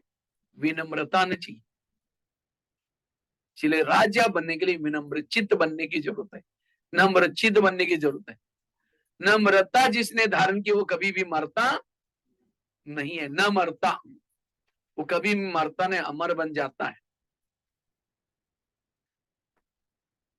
इसलिए भक्ति मार्ग में क्या करते हैं? भगवान को प्रसन्न करने के लिए नारियल को तोड़ते, और एक धक से जब मार दिया, टूट गया, तो कहेंगे शुभ काम है। अगर 2-4 मार मारने के बाद भी नहीं टूटा तो कहेंगे कुछ गड़बड़ी वाला है, ये मुहूर्त तो शुभ नहीं है। इसी तरह ज्ञान में आप बहुत समय से चल रहे हैं, लेकिन अगर आपने संस्कार को नहीं बदला, इसका मतलब आपका सत्य का पद ऊंचा नहीं है। तो एक धक से इस 2023 में अपना नारियल तोड़ो। और मुझे लगता है नारियल केवल लेके जाकर के मूर्ति के सामने रखते नहीं है, उसको तोड़ेंगे, उसका पानी डालेंगे, कहेंगे भगवान प्रसन्न हो गया। केवल ला करके रखा तो भगवान प्रसन्न नहीं होता। इसी तरह हमने भी शिव जी के सामने नारियल लाकर पटकाया है। वास्तव में आत्मा ये नारियल का प्रतीक है। नारियल का कलर कैसा होता है? लगभग केसरी होता है। नारियल के ऊपर 3 होल होते हैं, तो आत्मा भी केसरी कलर। 3 होल मतलब मन, बुद्धि और संस्कार। और नारियल, वैसे तो नारियल भी बहुत अच्छी चीज है। जब कोरोना काल हुआ था, कहते एक एक नारियल की कीमत 400-500 भी हुई थी, क्योंकि नारियल का पानी पीने से कई भी बीमारियां, पेशेंट को क्या करते हैं, नारियल का पानी पिलाते, उसके अंदर बहुत सारे गुण होते हैं। लेकिन वो पानी पीने के लिए, खोबरा निकलने के लिए ऊपर से कवच को क्या करना पड़ता है? तोड़ना पड़ता है। इसी तरह आत्मा के अंदर भी ओरिजिनल संस्कार बहुत अच्छे है, शांत स्वरूप, आनंद स्वरूप, शक्ति स्वरूप, ओरिजिनल संस्कार। लेकिन उसके ऊपर विकारण का कवच लगा हुआ है, कवच लगा हुआ है। अगर ओरिजिनल संस्कार को बाहर निकालना है तो हमें ऊपर का कवच को क्या करना पड़ेगा? तोड़ना पड़ेगा। ज्ञान और योग की क्षण रतुड़ी। इसीलिए भक्ति मार्ग में कहते हैं, भगवान को प्रसन्न करना है, नारियल को तोड़ो। नारियल जो रियल है उसको तोड़ो, छोड़ो, ये नारियल। लेकिन लोगों ने क्या किया? फलों का नारियल तोड़ दिया। हमारे जो रियलिटी नहीं है उसको तोड़ो, छोड़ो। अगर आपने नारियल को नहीं तोड़ा तो बाबा प्रसन्न नहीं होगा। इसलिए 2023 में हमें अपने नारियल को क्या करना है? तोड़ना है। और तब भविष्य में क्या बनेंगे? राजा बनेंगे। तो राजा बनने का पुरुषार्थ करना है, और राजा बनने वाले ही ऊंच पद प्राप्त करेंगे, जिन्होंने इंद्रिय पर। तो कैसे हमें ब्रह्मा बाप समान, जैसे बाबा ने अपने रोज इंद्रियों पर शासन किया, इससे आपके अंदर के संस्कार बदल जाएंगे, आपके अंदर कैसी भी बुरी आदतें वो बदल जाएंगी, क्योंकि इंद्रियों का अंदर से सहयोग है। और राजाओं की हमने देखा निशानी, जब मधुबन में थे तो उस समय जब दादी प्रकाशमणि थी, दादी प्रकाशमणि को कहीं भी बाहर जाना होता था तो दादी क्या करती थी? सभी निवासियों को इकट्ठा करती थी, इकट्ठा बुला करके उन सबको कहेगी, देखो मैं बाहर जा रही हूँ, तुम लोगों को ध्यान देना है, तुम लोग इस यज्ञ के मालिक हो, आप सभी डिपार्टमेंट को अच्छी तरह संभालना। प्यार करती थी, टोली खिला करके फिर जाती थी, तो सभी अपने दिल से अपने अपने डिपार्टमेंट को संभालते। वो है राजे की निशानी। इसी तरह आज हमें भी ये इंद्रियों का सहयोग लेने के लिए इंद्रियों से कभी प्यार करना है। कभी हम बैठ करके, आज कोई व्यक्ति लंदन जा रहा है, लंदन बात कर रहा है, औरों से बात कर रहे हैं, लेकिन पड़ोसी कौन है यही पता नहीं आजकल लोगों को। इसी तरह आज हम परमधाम में जा रहे हैं क्या, लेकिन कभी इंद्रियों से बातें करते हैं हम लोग? ये 24 घंटा इंद्रिय हमारे लिए कितना मेहनत कर रहे हैं, लेकिन कभी भी हमने उनको प्यार नहीं किया, कभी पुचकारा नहीं, कभी धन्यवाद नहीं दिया। और इसीलिए इंद्रिया कहते हैं ये राजा है क्या, क्या है? हम दिन रात मेहनत कर कभी हमको पूछता भी नहीं है। इसीलिए लॉकडाउन में क्या कहा? घर में रहो, परिवार के साथ रहो तो सेफ रहेंगे। इसी तरह संगम युग भी लॉकडाउन है, इसमें घर में रहना है, परिवार के साथ रहना है, इनसे बातें करना है। और जब ये सारे सहयोगी बन जाएंगे तब राजा बनेंगे। इस सभी के अंदर मन में आना चाहिए, आत्मा तो चाहता है माया गो व्याख्यान करता, और क्या हुआ, इधर से आ जाओ, कोई बात नहीं। इसलिए स्वराज्य अधिकारी बनने का पुरुषार्थ, इससे आपकी स्थिति शक्तिशाली बनेगी, पावरफुल बनेगी। इसलिए दान के संस्कार चाहिए। और क्या बताया? शिकार करने के संस्कार चाहिए। और क्या बताया? आम के संस्कार चाहिए। और साथ में नारियल को तोड़ना है। तो देखेंगे अभी राजा बनेंगे और इसी के आधार से आपका राजा का पद होगा, स्वराज्य अधिकारी, सो विश्व राज्य अधिकारी। चाहे मधुवन वाला हो चाहे बाबा देखेगा ये इन्होंने अपने इंद्रियों पर शासन कितना किया, और इंद्रियों के शासन से ही विश्व परिवर्तन होगा। केवल ऐसे नहीं मुरली सुन लिया गए फिर ये कर दिया वो, ये कोई भक्ति मार्ग तरह नहीं है, ये अलग ही प्रकार का बाबा का नॉलेज है, बहुत डीप नॉलेज है। और हाँ ये भी बहुत इजी है। अपनी इंद्रिय है, अपने घर को सुधारना है, हमें कोई दूसरे का थोड़ी आंखों का ये देखना है, और उनको क्या, अपने आप को देखो तब सारा परिवर्तन हो जाएगा। ये है कितनी बात? चौथी बात। 4 बातें बताई शक्तिशाली पुरुषार्थ का। पहली बात बताई, 3 बातें बताई थी, अमृत वाला का योग, क्लास के पहले योग और साथ में मुरली को ध्यान से सुनना। दूसरी बात बताई थी आत्म अभिमानी बनने का पुरुषार्थ। चौथी बात बताई थी, तीसरी बात बताई थी संकल्प को क्या करना है, सकारात्मक पॉजिटिव बनाना। उसके लिए कर्मों की गुई गति, जो हुआ अच्छा हुआ, साथ में निगेटिव ड्रामा को याद करना और निगेटिव को पॉजिटिव में लाना। और चौथी बात बताई स्वराज्य अधिकारी। स्पष्ट हो गया? ये टॉपिक बहुत गहरा टॉपिक है और इसी के ऊपर मेहनत करो, रोज चेक करो कौन सी इंद्रिया मुझे धोखा देती है। कहते ना अखंड भारत, अखंड भारत मतलब इसमें देखो कोई कौन डिस्टर्ब करने वाला है। 5वीं बात है, अगर हमें स्वयं को शक्तिशाली बनाना है इसलिए पर चिंतन के, पर दर्शन की बातों से बचने की जरूरत है। पर दर्शन, पर चिंतन, पर चिंतन कभी कभी हमें विघ्न पैदा करता है। 84 जन्मों की सीढ़ी नीचे उतरी, कितना समय लगा? 5000 साल लगा। इसी सीढ़ी को ऊपर चढ़ना है कितना समय मिला हुआ है? 1 जन्म। और सबको 1 जन्म तो नहीं मिला, किसी को 10 साल, किसी को 20 साल, किसी को 30 साल, और वो आगे कितना मिलेगा वो भी भरोसा नहीं। थोड़ा योग लगाया, एक आधी सीढ़ी ऊपर चढ़ गई। अमृत वाला क्या, सीढ़ी ऊपर चढ़ गए, सेवा की सीढ़ी ऊपर चढ़ गए, और सारा दिन किसी का परचिंतन किया, जितनी सीढ़ी चढ़ी थी उतना यही करते रहेंगे, चढ़ते रहेंगे, उतरते रहेंगे, बीच में अटक जाएंगे। इसीलिए अब मुझे उतरने का काम नहीं करना है, चढ़ने का ही काम करना है। इसलिए चढ़ना ही है। अभी कोई भी प्रकार का अगर कोई आकर के सुनाता है तो भी हमें परचिंतन की बातें ना सुननी है ना सुनानी। कई कहते हैं हम सुनते नहीं। बाबा ने अभी कुछ दिन पहले एक मुरली चलाई, बाबा ने कहा कि बच्चों की दूर की नजर आजकल क्या हो गए, तेज हो गए। मतलब दूर के माना दूसरों को देखने की नजर तेज हो गए, स्वयं को नहीं देखेंगे, दूसरों को देखेंगे, वो क्या करता है, वो क्या करता है। अगर परचिंतन करते तो बाबा भी हमें प्यार नहीं करेगा। इसलिए इस वर्ष में हमें अपनी स्थिति को शक्तिशाली बनाने के लिए परचिंतन से बचना है। परचिंतन, औरों का जो परचिंतन करता है उसके दिमाग में ज्ञान की बातें नहीं फिरती। जो परचिंतन करता है उसके बुद्धि का ताला बंद हो जाता है। बुद्धि का ताला बंद, मुश्किल से तो हमारा ताला कितना जन्मों से पुकारा है, कितना जन्मों से पुकारा, हे भगवान ताला खोलो, हे भगवान ताला खोलो। तो बाबा ने 63 जन्मों के बाद क्या किया, ताला खोला हुआ है। जैसे कोई फैक्ट्री बंद है उसका ताला खोल देंगे, फिर ताला खोलने के बाद फिर वही धुआं काला नहीं करेंगे तो गवर्नमेंट क्या करेगा, फिर दोबारा बंद करेगा। इसी तरह बाबा ने तो बुद्धि का ताला खोला, फिर परचिंतन करके वायुमंडल को खराब करेंगे। तो बाबा परमधाम से देखेगा ये कलकत्ता के पश्चिम बंगाल से कौन सी फैक्ट्री से धुआं निकल रहा है, उसके बुद्धि का ताला।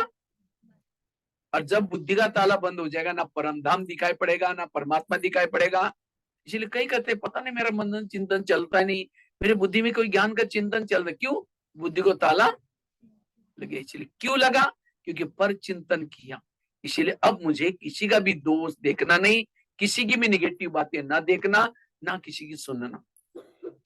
मुझे तो गुलजार दादी के साथ 10 साल रहने का मौका मिला। दादी की मैंने एक विशेषता वंडरफुल देखी, क्योंकि दादी के पास कई बार टीचर बहने कोई ऐसे कोई ना कोई मिलने के लिए आते रहते थे, क्योंकि जोनल इंचार्ज थी। लेकिन मैं कई बार जो बहनें खाना खाने के लिए आती थी ना, तो कई बार बहनें कहती थी देखो दादी से तो मिले लेकिन मेरा तो काम तो हुआ ही नहीं। मैंने कहा क्या बात है? नहीं, कहती दादी को सुना ही नहीं। मैंने कहा किसी की निगेटिव बातें तो नहीं सुन रहे थे? हाँ, वो मेरे साथ एक बहन रहती थी, उसकी कुछ बातें सुनाने वाली थी। मैंने कहा उसकी पॉजिटिव बातें तो नहीं सुनाई आपने? दादी को कोई किसी की निगेटिव सुनाता था ना, दादी हाँ भी नहीं करती थी ना भी नहीं, भाभी दादी ऊपर चली जाती थी, सिर को हाँ भी नहीं ना भी नहीं। लेकिन हम क्या करते? अच्छा और क्या हुआ? उठ के भी जा रहे, बैठ तो चाय पानी के बैठा और क्या हुआ? लेकिन दादी क्या करती थी? हाँ भी नहीं ना भी, वो ऊपर निकल। अब वो सुनाने वाली उठ के चली जाती थी। इसलिए हमें, क्योंकि वो तो सुना करके अपना पाप जमा कर रहे हैं, लेकिन हम हाजी हाजी करके उसको प्रोत्साहन दे रहे हैं, उस पाप के अंदर आप भी क्या हो गए? शामिल हो गए। इसलिए पर चिंतन से बचना। ये पर चिंतन ब्राह्मणों को दुरिया बनाता है। पर चिंतन करने से वायुमंडल खराब हो जाता है। पर चिंतन करने से बुद्धि को ताला लग जाता है। सरस्वती किसके ऊपर बैठी है? हंस के ऊपर बैठी थी। कोई छोटी सी बच्ची को लेके लेके जाकर के तालाब के अंदर तो हंस होता है, वो तैर रहा है, उसके ऊपर बच्ची को बिठाओ तो क्या हो जाएगा? अब डूब जाएगी। और सरस्वती माँ तो 50-60 किलो तो वजन हो गई, अब वो बैठेगी तो कैसा तैरेगा? तो ये चित्र करता है, ज्ञान उसके दिमाग में बैठता है जो हंस है। हंस अर्थात अंदर बाहर स्वच्छ। नीर अलग, खीर अलग, दूध अलग, पानी अलग करता है। माना जो व्यक्ति ज्ञान में चलने के बाद दूसरे की बुराई अलग करता है, अच्छाई अलग, बुराई को छोड़ता है और अच्छाई को, वो है हंस। लेकिन कभी कभी हम क्या करते हैं? अच्छाई को छोड़ देते हैं और बुराई, समझो कोई बहन या भाई सामने नहीं है, दो चार जन मिलकर उसकी बुराई करेंगे, फलानी ऐसी है, ये ऐसी है, वो ऐसे है। अचानक आई ओम शांति, अभी हम आपको याद करे थे, मुख में राम बगल में छुरी। आप लोग तो भक्ति तो नहीं करते ना? भक्ति तो छोड़ दिया ना? हा? अगर परचिंतन करते ही भी आप क्या करें? भक्ति करना। भक्ति में क्या होता है? दो चार जन इकट्ठे होते हैं, एक जन ताल बजाता है, एक जन डपला बजाता है, एक जन गाता है, दो चार जन सुनते हैं, उसको क्या बोलते हैं? कीर्तन भजन। इसी तरह परचिंतन में भी क्या होता है? दो चार इकट्ठे होंगे, वो है ही ऐसे। दूसरे का मेरे साथ भी ऐसा किया, जो संगम में वो कहते कि वो आई ऐसी, 1 घंटा बोला, वही 4-5 लोगों को जब द्वापरी गाएगा, जिसका परचिंतन किया तो उसके तो मंदिर बनेंगे, उसी शहर में उनको जन्म लेना पड़ेगा। जिसने कहा कि वो आई ऐसी, वो क्या करेगी? 1 जन्म तक गाने का काम करिए, देवी तुम बड़ी महान हो। जिसने हाँ में हाँ मिला तो ढोलक बजाएगी, जिसने हाँ वो तो चलता रहता है, कोई झांझ बनाएगा। और किसी ने कुछ बोला नहीं था, सुना था और भावना खराब की थी, वो भजन सुन करके भावना अच्छी बनाई, तो कितना बड़ा बड़ा घाटा हो गया। इसलिए कभी भी किसी का परचिंतन नहीं करना। परचिंतन करने वालों को सुख का अनुभव, शांति का अनुभव नहीं होता। एक शिष्य था, भगवान के पास गया, कहते भगवान मैं बहुत आगे बढ़ना चाहता हूँ, मैं उन्नति करना चाहता हूँ।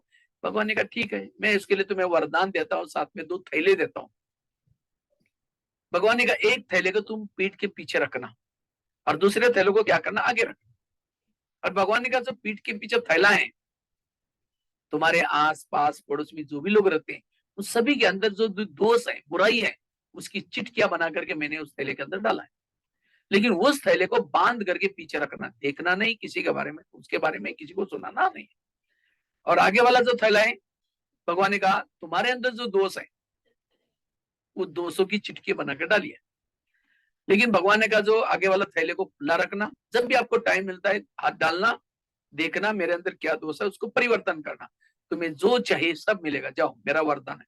लेकिन थैले का ध्यान रखना। कहते भगवान मुझे सुख चाहिए, मैं ऐसा ही करूंगा जैसे आपने कहा। वो थैले लेके चला गया। कुछ साल के बाद वो क्या करता है? पीछे का थैला आगे करता है और आगे का थैला, माना दूसरे की बुराई को क्या करता है? आगे करता है और उसको खोल देता है और हाथ डाल करके निकालता है। अच्छा फलाना ऐसा है, वो ऐसा है, चिंतन करता है, फिर दूसरे के पास जाकर बताया आपको पता है वो ऐसा है। तो कुछ साल के बाद उसके वरदान क्या हो गए? उल्टे हो गए। अपनी बुराई को क्या रख दिया उसने? बांध करके पीछे रखा। कुछ साल के बाद उल्टा हो गया। फिर भगवान के पास आता है, कहता है भगवान मैं फिर भी दुखी हूँ, मुझे कोई सुख नहीं मिला। भगवान ने कहा अच्छा, तुमको जो मैंने थैले थे उसको कहाँ रखा? कहता है भगवान मेरे से कई बार भूल हो गई, मैंने कई बार पीछे का थैला आगे किया था। भगवान ने कहा यही तुम्हारे दुखों का कारण है। ये कहानी किसी और की नहीं, इसकी कहानी है हमारी अपनी। हम भी यहाँ आते हैं किसी लिए आते हैं?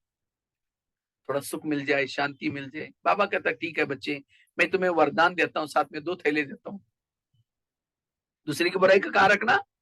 पीछे, और अपनी बुराई को आगे। लेकिन हम बाहर जाकर के कभी क्या करते हैं? थैले को उल्टा कर लेते हैं, दूसरे की बुराई को आगे करते हैं, अपने बुराई को। और यही आज हमारे दुखों का कारण है। इसलिए आज से हमें कोशिश करके पर चिंतन से बचना। अगर कोई आकर के सुनाता है उसको हाथ जोड़ो, प्लीज। ऐसी फालतू बातें आपको एक दिन भले नाराज हो जाएगा, कोई बात नहीं, चलो।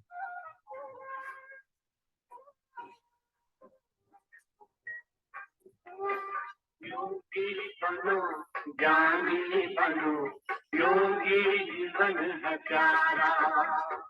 योगी बनो, ज्ञानी बनो, योगी जीवन है प्यारा।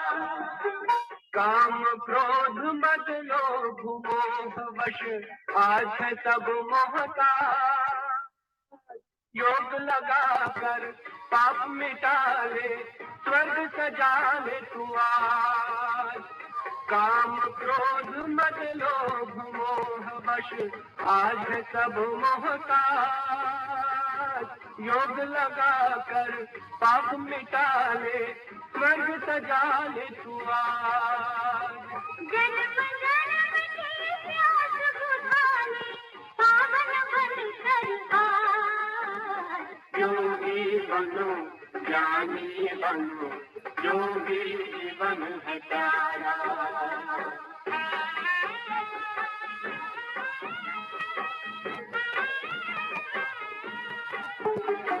संगम युग में परम पिता शिव कहते हैं यार, तू है एक अविनाशी आत्मा, सुन लो मेरी आवाज। संगम युग में परम पिता शिव कहते हैं यार, तू है एक अविनाशी आत्मा, सुन लो मेरी आवाज। सुख शांति और पावनता से बोले भगवान।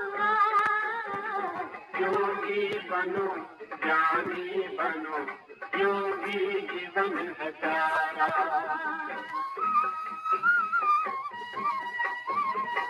परम धाम से आए हैं शिव, ब्रह्मा धनवान।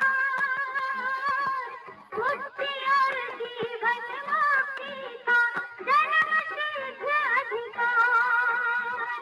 परम धाम से आए हैं शिव, ब्रह्मा धनवान। मुक्ति और जीवन मुक्ति का जन्म सिद्ध अधिकार। चलना है,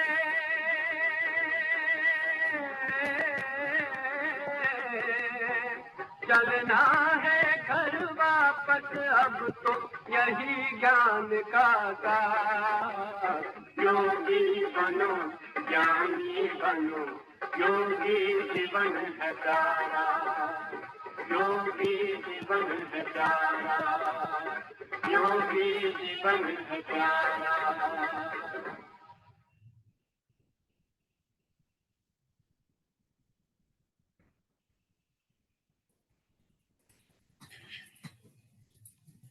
मुझे लगता है रोज की आप जो मुरलियां सुनते हैं बाबा की, यही बातें आते हैं मुरलियों में। विशेष करके बच्चे जगमुई कभी नहीं करो, बच्चे किसी का परचिंतन नहीं करो, बच्चे संग दोष से बचे रहो। ये सारी शिक्षा, क्योंकि इससे हमारी सौन्नति का बहुत गहरा कनेक्शन है। लेकिन हम तो सुन तो लेते हैं, लेकिन कभी कभी वश हो जाते हैं और कभी कभी परचिंतन के भाव में चले जाते हैं। लेकिन इसे बचना है, क्योंकि जो परचिंतन करेगा वो ज्ञान से अपने आप चला जाएगा। हमने तो कई ऐसे भाई बहनों को देखा है, मैं तो 40 साल से देख रहा हूँ, बहुत सेवा करते थे, बहुत अच्छा ज्ञान ये करते थे, लेकिन आज वो है ही नहीं, चले गए। क्यों गए? इसलिए कई बार बाबा भी ये कहते, मेरे अच्छे अच्छे बच्चे थे, क्यों अच्छे अच्छे बोलता था, बहुत सेवा करते थे, योग व्यायाम करते थे, लेकिन आज वो है ही नहीं, चले गए। क्यों गए? उन्होंने किसी के दोष देखना शुरू किया। तो मेरे साथ ऐसा ना हो जाए, क्योंकि ये जो परिवार है ये है ईश्वरीय परिवार, स्वयं त्रिकालदर्शी परमात्मा ने चुना हुआ परिवार है। भगवान तो किसी के दोस्त को, किसी ऐसे वैसे परिवार को थोड़ी ले सकता है, चुन सकता है। कभी कभी मुझे ही, जब ज्ञान में आया था, मुझे याद है, मैं कभी कभी जब शुरू में आता था, मैं कभी सोचता था, जब गीता पाठशाला में जाता था, मैं सोचता यहाँ तो इतने अच्छे अच्छे लोग आते हैं। अब मैं तो 6-6 महीना स्नान भी नहीं करता था, मेरे पास कुर्ता भी नहीं था ठीक, इतना फटा हुआ मैं पकड़ करके लास्ट में बैठता था। मैं सोचता था शायद भगवान भाई के नाम से कोई और व्यक्ति होगा, वो तो सत्युग में देवता के लिए चुना होगा, लेकिन मैं यहाँ आना शुरू कर दिया। चलो कोई बात नहीं, ये लोग जब तक मना नहीं करेंगे तब तक आते रहेंगे। और कई बार बहनें भी वहां की बोलते थे, पता नहीं ये गरीब बच्चा रोज आता है, पता नहीं सत्युग में आएगा नहीं आएगा, वो भी बोलते थे। मैं जब मधुबन में जाना था मुझे, तो मैंने कहा बहन जी मुझे मधुबन, बोले तुम गरीब आदमी तो आज आकर क्या करोगे, हमारे सेंटर का नाम ही खराब करोगे, ऐसा बोल दिया। लेकिन मैंने हिम्मत नहीं छोड़ी, मैंने 6 महीना तक, ITI पूरा हुआ था, 6 महीना तक रात को 10 बजे से लेकर के 5 बजे तक योग तपस्या की। और आज बाबा ने देखो, भगवान किसी भी गलत को चुन नहीं सकता। आपको चुना है, इसका मतलब आपके अंदर बहुत बड़ी कला विशेषता है। जैसे दुनिया में आजकल शादी करते, कैसे करते हैं? जोड़ी ढूंढते हैं। अगर पति अच्छा है तो पत्नी भी कैसी चाहिए? अच्छी चाहिए। पति अगर पढ़ा लिखा है तो पत्नी भी, नहीं तो उसके दो चिड़ेगा, अरे तुम इतनी अच्छी हो, तुम्हारी पत्नी क्या है? इसीलिए आजकल जोड़ी ढूंढते। इसी तरह बाबा भी भला भोला है, लेकिन तो भी क्या ढूंढता है? जोड़ी ढूंढता है। और स्वयं परमात्मा ने आपके गले में वरमाला डालना, ये कितना बड़ा भाग्य है। लेकिन वो भी इतना भोला नहीं, उसको पता है कि इसके अंदर कुछ दोष भी है, बुराई भी है, मैं जानता हूं। लेकिन वो सोचता है कि आशावादी बन करके सोचे कि मैं यहाँ इतना प्यार दूंगा, इतना कुछ खजाना दूंगा, अपनी बुराई को छोड़ देगा। इसी भाव से आपको वरमाला डाल करके पहना करके यहाँ लाया। लेकिन फिर भी अगर अपने संस्कार को नहीं बदलेंगे फिर छोड़ देगा। इसलिए संस्कार परिवर्तन, जैसे दुनिया में शादी करते कैसे करते हैं? एक तो जोड़ी ढूंढी, फिर उसके बाद क्या करते हैं? वरमाला पहनाते हैं, 7 फेरे लेते हैं। आप लोगों ने लिया 7 फेरे? ये 7 दिन का कोर्स है, क्या है? 7 फेरे लिया, उसके बाद फिर मंगलसूत्र पहनाता है। बैच क्या है? मंगलसूत्र। अगर नहीं पहना उसकी शादी कच्ची पक्की है, मंगनी हो आप, शादी नहीं हुई। तो ये मंगलसूत्र है। फेरे लिया, 7 फेरे लिया, मंगलसूत्र पहना, फिर पति क्या करता है? पत्नी को अपने घर में लेके जाता है। और घर में ऑफिस में जाने से पहले कहता है देखो ये करना, ये करना, ये नहीं करना, पड़ोस ने जाकर के बातें नहीं करना, कहीं डायरेक्शन देके चला जाए। शाम को जब आया तो देखा पड़ोसनी के पास बैठी, सोचेगा चलो कोई बात नहीं, पहला दिन है। वो रोज कहता है, पत्नी मानती नहीं, तो पति क्या करेगा फिर?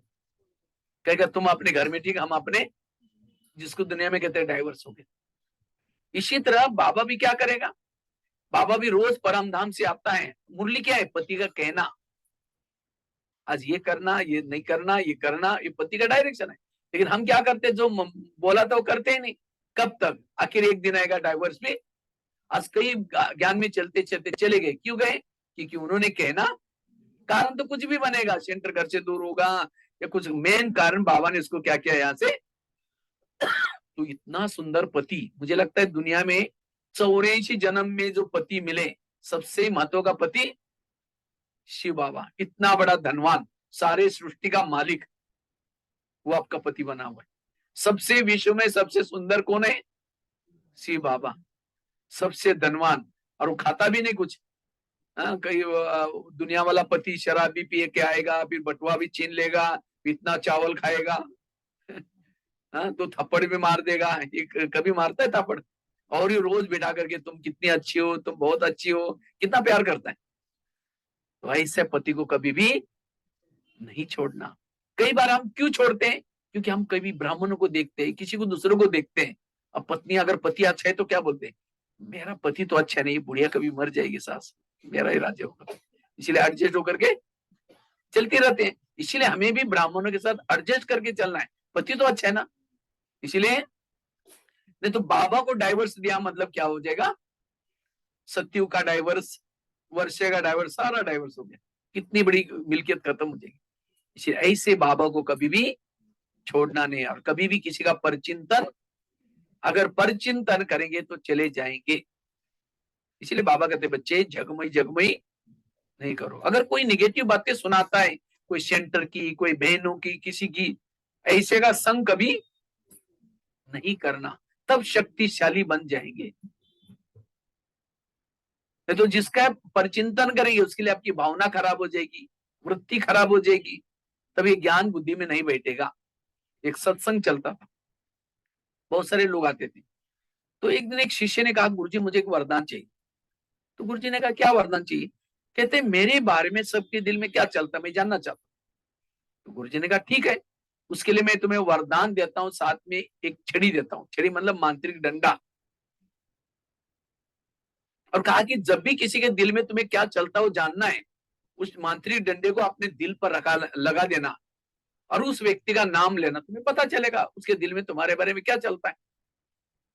तो छड़ी दी, वरदान दी, शिष्य चला गया। अचानक शिष्य को रास्ते में याद आया, पहले मैं गुरुजी की चेकिंग करता हूँ, तो गुरुजी के अंदर मेरे बारे में क्या चलता होगा। तो रुक करके क्या करता है, छड़ी को दिल में लगाया, गुरुजी का नाम लिया, तो थोड़ी सी छड़ी काली होगी। तो छड़ी काली होगी, उसको लगता है गुरुजी है मेरे, और गुरुजी के अंदर ही मेरे बारे में कालापन है, तो इनके पास आने का फायदा क्या। आश्रम है ना, बंद हो गया। 1 दिन हो गया, 2 दिन हो गया, 6 महीना हुआ, 1 साल हुआ। तो एक दिन गुरुजी के मन में आया, इतने सामने बैठने वाला, इतनी अच्छी सेवा करने वाले, उसको हुआ क्या। तो गुरुजी ने उसको फोन किया, क्या जी आप आजकल आते नहीं? नहीं जी, थोड़ा मेरे घर में मेहमान आए इसे। तो गुरुजी खुद वहां चले गए उनके घर में, पूछा कि क्यों नहीं आते? नहीं जी, आजकल थोड़ा कोरोना काल है, और आजकल थोड़ा बच्चों की परीक्षा है, आजकल थोड़ा बिजनेस भी टला ढीला चल रहा है, आजकल थोड़ा सा ये है, इसे बच्चे को बहाना बताता है। गुरुजी ने कहा, 6 साल से आश्रम में आते थे, आंधी आए तूफान आए, कुछ भी हो जाए, आप हमेशा दे रहे क्या? नहीं जी गुरुजी, नहीं जरूर कुछ बात है। कहता है, गुरुजी आपके अंदर मेरे बारे में कालापन है। गुरुजी ने कहा, अच्छा ये बात है क्या? तुमने देखा कि तुम्हारे अंदर औरों के बारे में कितना कालापन है? कहा कि नहीं देखा। देखो, शिष्य ने छड़ी को दिल में रखा, अपना खुद का नाम लिया, पूरी छड़ी काली, इतनी सी सफेद बन रही थी। तो अपनी काली देकर के उसको खुद को शर्म आई, सिर झुकाए, क्योंकि गुरु की कितनी काली थी, थोड़ी सी काली, बाकी पूरी सफेद। और शिष्य की पूरी काली, थोड़ी सी 6 महीना आने के कारण सफेद बन रही थी। तो अपनी काली देकर के खुद उसको शर्म आई, सिर झुकाया। गुरुजी ने कहा, कोई बात नहीं, मैं भी जब आश्रम में आया था मेरी भी छड़ी पूरी काली थी, लेकिन मैंने तपस्या करके, दूसरों की सेवा करके, दान पुण्य करते सब निकल गया। थोड़ी बाकी है, मैं तो इंसान हूं, निकल जाएगी। अगर तुम मेरे को देख करके यहाँ नहीं आओगे, जो तुम्हारी सफेद बन रहे वो भी काली हो जाएगी। फिर शिष्य कहता है, गुरुजी आज आपने कितनी मेरी आंखें खोल दी, मैं कितना बुरा काम करने जा रहा। गुरुजी ने कहा, कोई बात नहीं, आज से कभी भी बड़ों की कमजोरी मत देखना। फिर वो शिष्य दोबारा आता है, कहानी किसी और की नहीं, ये भी हम भी यहाँ जब शुरू शुरू में आते हैं तो क्या होता है, हमारी जो पतित आत्मा थी, काली आत्मा थी, तो वो धीरे धीरे यहाँ आने से, ज्ञान सुनने से, योग लगाने से, सेवा करने से पावन बनना शुरू हो जाते हैं। लेकिन जैसे यहाँ कभी सेवा के संपर्क में, बहनों के संपर्क में, मधुबन के संपर्क में नजदीक आते हैं, फिर कहेंगे यहाँ जो पैसे देते ना, ज्यादा उनको आगे करते, फलानी बहन ऐसे, फिर वैसे, या किसी के द्वारा सुन लेते हैं, तब जाकर के हमारी भावना क्या होते हैं। याद रखना, आपका योग और भावना, इसका बहुत गहरा कनेक्शन है।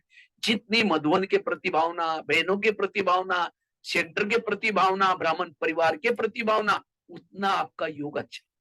अगर थोड़ी भी भावना में फर्क पड़ा, योग खत्म। इसीलिए कोई भी आपके लिए भावना खराब करता है, ऐसी बातें हमें ना सुनना है, ना किसी को सुनाना है। इसलिए परचिंतन ये स्थिति को बिगाड़ता है। ये परचिंतन आजकल ब्राह्मणों में दिखते रहते हैं। तो इसीलिए बाबा कभी कभी कहते हैं, बच्चे स्थिति को मजबूत बनाना है, ये परचिंतन से बचे रहो। ना किसी के दोष दो देखो, ना किसी को दोष सुनाओ, किसी के परचिंतन से बचे रहना। क्योंकि हर एक में कोई ना कोई कमियां तो है, लेकिन हमें कमी को देखने के बजाय उसकी विशेषता देखना, अच्छाई को देखना। आज जिसकी बुराई देख रहे हो तो सेंटर पर रह रहे, उन्होंने कितने योग किया, कितने लोगों को सेवा किया है, उनकी सफेद छड़ी कितना वो नहीं देखी। इसीलिए बाबा कहते, बच्चे किसी की कमजोरी को देख करके इधर उधर फैलाना बुराई को फैलाना, इससे स्थिति आपकी बिगड़ जाएगी, आपको खुशी भी नहीं होगी। आपका, आप समझो, प्रैक्टिकल बताओ, किसी के घर में जाओ, उनके बच्चे भी बैठा है, बाप भी बैठा है, बच्चों को कहे बच्चा तो नालायक है, ठीक नहीं है, ऐसा है वैसा है, बाप की बुराई करे बाप के सामने, वो बच्चे की बुराई करे बाप के सामने, और बाप को कहेंगे आप बड़े अच्छे, बहुत अच्छे आप। बाप कहेगा तुम पहले यहाँ से भाग जाओ, तुमने मेरे बच्चों की गिलानी की और तुम मेरे अच्छे कर रहे हैं। क्योंकि हर माँ बाप को अपने बच्चे क्या होते हैं, प्यारे, जो बच्चा लूला हो, लंगड़ा हो, कैसा भी हो। इसी तरह सारे संसार के जितने भी बच्चे, चाहे भैया है, भाभी है, कोई भी है, किसके बच्चे, बाबा के बच्चे। अब सारा दिन बुराई करते रहेंगे और शाम को योग में बैठेंगे, मीठे बाबा, प्यारे बाबा, शांति के सागर, दया का सागर। बाबा कहेगा मैं भूल गया था, मुझे याद दिला रहे, पहले तुम यहाँ से भाग जाओ।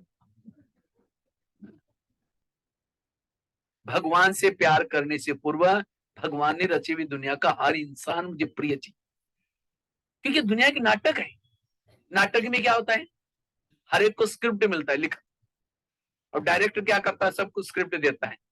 अब समझिए किसी का क्रोध करने का स्क्रिप्ट है, अब दूसरा कहे कि क्रोध वाला है ना, अब नहीं बोलना ऐसा, वो कहे कि मैं क्या करूं, डायरेक्टर देख रहा है मेरे को, डांट लगाइए।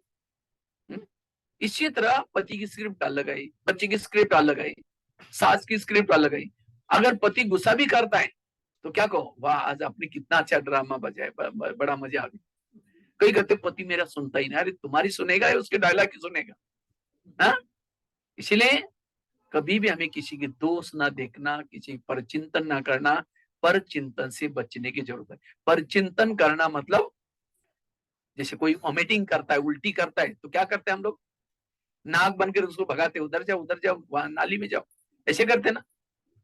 हाँ, पर वो कोई उल्टी करता है, वो देखना भी पसंद नहीं करते ना, तो वो देख करके हमें भी उल्टी आएगी। और उल्टी कहाँ करते हैं, वॉश बेसिन में। तो परिचिंतन भी क्या है, उल्टी है, वोमिटिंग है। उल्टी क्यों करता है, कोई चटपटी चीजें खाया, देखा, सुना, इसीलिए क्या करता है, वो उल्टी करता है। इसी तरह परिचिंतन वो करता है जो निगेटिव बातें देखता है, सुनता है। और किसमें करता है परिचिंतन, उल्टी किसमें की जाती है, वॉश बेसिन में। तो इसी तरह परिचिंतन किसमें सुनाते, कान में। तो कान कोई वॉश बेसिन तो नहीं है ना, वैसा कान का आकार कैसे है, सुंदर सा वॉश बेसिन है, बीच में एक नली भी है। अब कोई उल्टी करता है तो हम नाक बनकर उसको भगाते हैं, और कोई परिचिंतन करता है तो और क्या हुआ, मेरे कान में डालो, मेरे इधर। और हर एक का उल्टी का, हर एक का वॉश बेसिन फिक्स है, जब तक वो वहां उल्टी नहीं करते उसको चैन की नींद। इसलिए किसी की भी व्यर्थ बातें कान में नहीं डालो, अन्यथा आपकी भावना बिगड़ जाएगी, स्थिति बिगड़ जाएगी, वायुमंडल खराब होगा। इसलिए पर चिंतन से बचना, ये है पांचवी बात। और लास्ट की एक बात सुना करके फिर हम योग करेंगे। छठी बात है, अगर अपनी स्थिति को शक्तिशाली बनाना है, उसके लिए बाबा के श्रीमत का पालन करना है। किसका पालन करना है, तो आप लोग 12 नगर वाले कितना परसेंटेज बाबा के श्रीमत प्रमाण चलते, बताओ कितना चलते होंगे। हर एक पर्सनल, अपना पर्सनल बता देना कितना चलते होंगे, 80, 90, 100, या 10, 20, 30, कितना, हर एक को तो पता ही ना। और श्रीमत तो पता है ना, अमृत वेले उठना, रोज की मुरली सुनना, शुद्ध भोजन खाना, ये सब आप पर्सनली कितना करते हैं, पर्सनली एक दो को बताओ तो पता चलेगा, सभी क्लास वालों को पता चलेगा। हाँ बताओ, पुराने वाले, पता नहीं कितना परसेंटेज श्रीमत प्रमाण चलते हैं आप लोग।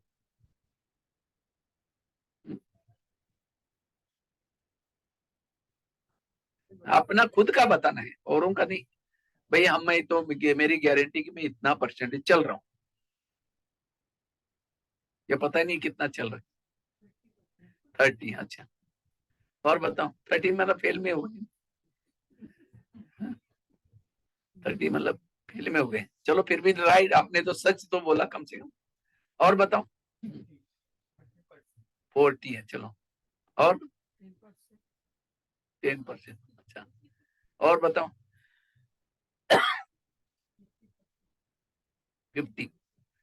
हम कभी कभी श्रीमत किसको समझते हैं, रोज की मुरली सुनना, अमृत वेले उठना, लेकिन श्रीमत की इतनी गहराई है। अगर गहराई में जाकर के श्रीमत का पालन करेंगे तब उसे यथार्थ फायदा होगा। अमृतोला तो उठे, लेकिन उठ करके झुटका लगाते हो कि आधे मार्ग कट हो गए। मुरली सुनी, लेकिन उसे पूर्व आपने योग नहीं किया और सुनी हुई मुरली को सारा दिन आचरण में नहीं लाया, तो भी मुरली के मार्ग आधे कट हो गए। भोजन बाहर का नहीं खाया, घर का खाया, बातें करते खाया, परचिंतन खाया, तो भी उसके मार्ग बैच नहीं पहना, मार्ग कट हो गए। तो कितना हमारे मार्ग कट होते, बहुत इसकी गहराई है। इसको कहते हैं आध्यात्मिक ग्रामर। इसको ही बाबा दूसरे शब्द में कहते हैं संपूर्ण पवित्रता। संपूर्ण पवित्रता अर्थात हर कर्म विधि पूर्वक करना, और तब उसके मार्ग मिलते। जैसे हिंदी में लिख दिया, मैं शांति सागर की संतान हूं, लेकिन शांति की मात्रा पीछे वाली मार्ग, तो पढ़ने वाला तो ठीक है भाई मैं शांत, लेकिन ग्रामेटिकल कहेगा मिस्टेक है, उसकी मात्रा पहली वाली चीज। इसी तरह अपने अमृत उठने का कर्म तो किया, लेकिन कैसे बैठे थे वो मत होगा। इसलिए हर कर्म विधि पूर्वक करना, तब उसके मार्ग। इसको बाबा कहते संपूर्ण पवित्रता। लेकिन हम श्रीमत का उल्लंघन क्यों करते हैं? जैसे कोई भी माँ बच्चों को प्यार करते, कब करते? कब करते? जब वो बच्चा माँ का कहना मानता है, सवेरे जल्दी उठाते, अच्छे कपड़े पहनाते और कई डायरेक्शन देते, देखो बेटा कपड़े के अंदर नहीं करना, पढ़ना, लड़ना नहीं, झगड़ना नहीं। और बच्चा जाता है, लड़ता है, झगड़ता है, कपड़े गंदे करके जब आएगा शाम को, और शाम को मम्मी मम्मी करके आता है, मम्मी किचन से देखेगी मैंने तो उसको कहा वो करके आया नहीं करके, बोले कि तुम चिल्लाते में आई थी को, अच्छा जाएगी जाकर 2 थप्पड़ लगा देगी, ठीक है तुमको मैंने इतना अच्छा समझे, तुम गंदा होकर क्या। अगर वही बच्चा माँ ने कहा वो करके आता तो माँ गोदी में बिठाई की प्यार करती, तो प्यार कब करती? जब कहना हो। इसी तरह बाबा भी हमारी माँ है, वो सवेरे जल्दी उठाते हैं, फरिश्ता ड्रेस पहनाती है और मुरली कई डायरेक्शन देते हैं, बच्चे आज आत्मा समझना, पर चिंतन नहीं करना, मेरी याद में। हम बाहर जाकर के सारा उल्टा करके आते हैं, और शाम को आते, जैसे बच्चे शाम को आते हैं मम्मी मम्मी करता है, हम भी शाम का आकर के योग में बैठेंगे, बाबा बाबा करेंगे। जैसे मम्मी किचन से देखते, बाबा भी परम धाम की खिड़की से देखता है, मैंने उसको कहा वो करके आया नहीं करके, बोले कि तुम चिल्लाते में ऊपर ठीक। ये कहते बाबा मेरे से प्यार नहीं कर रहा, योगी नहीं लग रहा है, क्यों? दाल में जरूर कुछ काला है। इसलिए श्रीमत का, अगर मेरा योग नहीं लग रहा है, क्योंकि योग मतलब आप अपने तरफ से बाबा बाबा बोलो नहीं, लेकिन बाबा भी सामने से, दोनों तरफ से होना चाहिए प्यार, तब जाकर के योग में आनंद आएगा। आप तो करे बाबा बाबा, लेकिन बाबा कोई रेस्पॉन्स ही नहीं कर रहे, क्यों नहीं कर रहे? मेरे से जरूर कुछ गलती हुई है। इसीलिए बाबा के जितना श्रीमत प्रमाण चलो, योग में कुछ लाइट की जरूरत नहीं, कुछ कहने की जरूरत नहीं, कोई कमेंट्री की जरूरत नहीं, अपने आप बाबा सामने से प्यार करेगा। इसलिए हमें श्रीमत प्रमाण एक्यूरेट चलने की जरूरत है, और जितना श्रीमत प्रमाण चलेंगे शक्तिशाली बन जाएंगे, पावरफुल बन जाएंगे। इसलिए इस वर्ष में हमें क्या करना है? जो जो बाबा का हमारे लिए श्रीमत है, उस श्रीमत का पालन करना है, क्योंकि जितना श्रीमत प्रमाणेंगे चलेंगे उतना पद भी ऊंचा मिलेगा। लेकिन हम उसका उल्लंघन क्यों करते हैं? श्रीमत के उल्लंघन का पहला कारण है डोंट केयर। चलता है, हम तो गृहस्थ में रहते हैं, चलता है। इसी तरह हम भी क्या करते हैं? चलता, हम तो नए नए है ना, चलता है। इसलिए डोंट केयर नहीं करना। डोंट केयर किए हुए कर्मों का भी फल मिलता है। भीष्म पितामह बानों के श्या पड़ पड़े थे, क्यों? एक बार भीष्म पितामह उनको मिलने के लिए आए थे, भीष्म पितामह को कृष्ण मिलने के लिए आए थे, तो कृष्ण को प्रश्न पूछे कि मुझे सजा क्यों? कहा कि आपने कुछ गलत काम किया होगा। कहते नहीं, मैंने तो जिंदगी में कुछ किया ही नहीं ऐसा गलत। देखो बोला, कई जन्म पीछे गया, एक जन्म में भीष्म पितामह राजा थे, कई रास्ते में जा रहे थे, एक सांप रास्ता क्रॉस कर रहा था, उसको लगा मर ना जाए, रथ को रोका, उसके बाद तीर थे, सांप को उठाया, बाजू में फेंक दिया, कहाँ गिर गया वो नहीं देखा, साइड पर बबुल के कांटों का बाढ़ था, खेती थी, सांप जोर से नीचे गिरा और कांटे नीचे से चुभ गए, तड़प करके वहीं मरा। उसकी सजा करके भीष्म पितामह को कांटों के सिया पर दिखाते, अनजान से कर्म। इसी तरह हम भी चाहते नहीं, लेकिन अनजान से, इसलिए हमें डोंट केयर नहीं करना। दूसरी बात क्या होता है? लोक लाज आते हैं, लोक लाज के कारण हम क्या करते हैं? श्रीमत को उल्लंघन करते हैं। यहाँ फिर भी लोक लाज कम है पश्चिम बंगाल में, हम तो राजस्थान में रहते हैं ना, तो राजस्थान में जब आसपास के क्लास में जाते हैं तो जब माताएं क्लास में बैठते हैं घूंघट लेकर के बैठेगी, पूरा सिर ढक करके, दृष्टि लेना है, घूंघट थोड़ा खोल के ऐसे ऐसे करके देखिए। अभी कुछ दिन पहले कुछ साल पहले मधुबन में बहुत सारे राजस्थान का टर्न था, माता आई थी वहां सेवा करने के लिए। तो मैं टेलीफोन एक्सचेंज में खड़ा था, तो एक माता जी फोन करने के लिए आई थी। जब फोन करने के लिए आई थी तो देखा घूंघट वगैरह कुछ था ही नहीं। फिर डायल कर रहा था, मैं कुछ काम से खड़ा था वहां, डायल कर, जब जैसा फोन लगा फटाफट घूंघट लेकर के अंदर से बात कर रहे थे। तो फोन पूरा हो गया तो माता जी को मैंने ऐसे पूछा, माता जी ऐसे घूंघट से बात क्यों कर रहे थे? कहते ससुर जी से बात कर रहे थे ना। मैंने कहा ससुर जी कहाँ है? कहते वो जयपुर में रहते हैं ना। हमने कहा आप आबू रोड से जयपुर, वो ससुर जी ने थोड़ी देखा कि लेकिन ये भी मुझे अच्छा लगा कि बड़ों के लिए रिस्पेक्ट, ये इसीलिए लेते हैं बड़ों के लिए रिस्पेक्ट। लेकिन ससुर जी का ससुर जी कौन है? शिव बाबा, उसका इतना रिस्पेक्ट है। अगर अमृतोला नहीं उठेंगे ससुर जी क्या बोलेंगे? मुरली सुनने के लिए नहीं जाएंगे ससुर जी। इसीलिए एक जन्म की ससुर जी नहीं, अनेक जन्मों की ससुर जी की लोक लाज करो। इसीलिए लोक लाज करनी है तो बाबा की करो, बाकी किसी के। लोगों की लाज करते करते कहां पहुंच गए? हाँ? इसीलिए कहते हैं सुनो सबकी करो, अपनी नहीं श्रीमत की। अपनी करेंगे तो और नीचे आएंगे। हाँ? ये दुनिया का कहावत है, सुनो सबकी करो मन की, या कहेंगे अपनी। लेकिन यहाँ का नियम चेंज है, सुनो सबकी करो श्रीमत की। सीता कमजोर क्यों बन गई? क्यों बन गई? उसने श्रीमत का क्या किया? उसने श्रीमत में मनमत मिक्स किया। अगर ये साधु को भिक्षा नहीं देंगे तो श्राप देगा, नाराज हो जाएगा। इसलिए क्या किया उसको? इसी तरह हमें भी, हमारे घर में कोई आता है तो कहते, या हम किसी के घर में जाते हैं तो क्या बोलते हैं?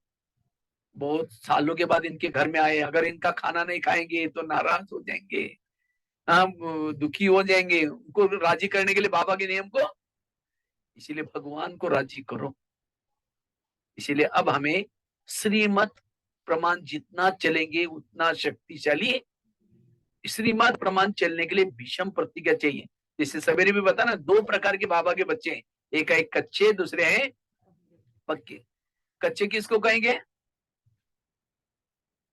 तो श्रीमत प्रमाण नहीं चलते। लेकिन बाबा को, मैं ट्रेन में आ रहा था तो मेरा ब्याज दे करके मेरे को कहता है, भाई हम भी ओम शांति में जाते हैं, हम भी ओम शांति को मानते हैं। हमने कहा अच्छा। तो मैं जब देखा ट्रेन में जो आगे चले तो समोसा भी मंगाया, क्या क्या मंगाए, खाता रहा। मैं लगा आप मानते हैं ये क्या बाहर का? नहीं, हम सब खाते रहते। तो मैंने कहा सेंटर पर जाते हैं? नहीं नहीं, कभी कभी हमारे पड़ोसी इसीलिए मानते। अब काय का मानते फिर? हाँ? इसको कहेंगे कच्चे। और कच्चे वाले कहाँ जाएंगे? त्रेतायुग में चले जाते हैं। इसीलिए हमें पक्के बाबा के पक्के बच्चे वो हैं जो हर प्रकार का नियमों का पालन करते हैं। इसलिए श्रीमत प्रमाण हमें क्या करना है? पक्का चलना है। कई कई बार नियमों का उल्लंघन क्यों होता है? हम कभी कभी बाबा के श्रीमत के अर्थ को समझते नहीं। कई बार बाबा कहते बच्चे तुम आत्मा भाई भाई हो। अब कहीं को नशा चढ़ते, हम सब भाई भाई है, समझो पति पत्नी ज्ञान में चल रहे हैं। पत्नी पति को कहे कि भाई जी चलो जल्दी क्लास में, तो मुरली पूरी हो जाएगी। अगर यही कोई पड़ोसनी सुनेंगे तो कहेंगे अरे अपने पति को भाई जी बोलते हैं। और कभी जाकर के उनको सुना हमारा ज्ञान बहुत अच्छा है, आप चलो ना, कहेंगे हमको टाइम है नहीं। उनको टाइम है, आने की इच्छा है, आपका व्यवहार भी अच्छा लग रहा है, लेकिन उसी दिन की बात सुन ली थी, तब से उन्होंने बुद्धि में डाला अगर इनका ज्ञान सुनेंगे, जैसे इन्होंने पति को भाई जी बनाया, हमें भी भाई जी बनाना पड़ेगा। वास्तव में बाबा का भाव ये नहीं कि अपने पति को भाई जी बोलो, जैसे भाई और बहन की जो दृष्टि वृत्ति वो बनाने के लिए बोला है।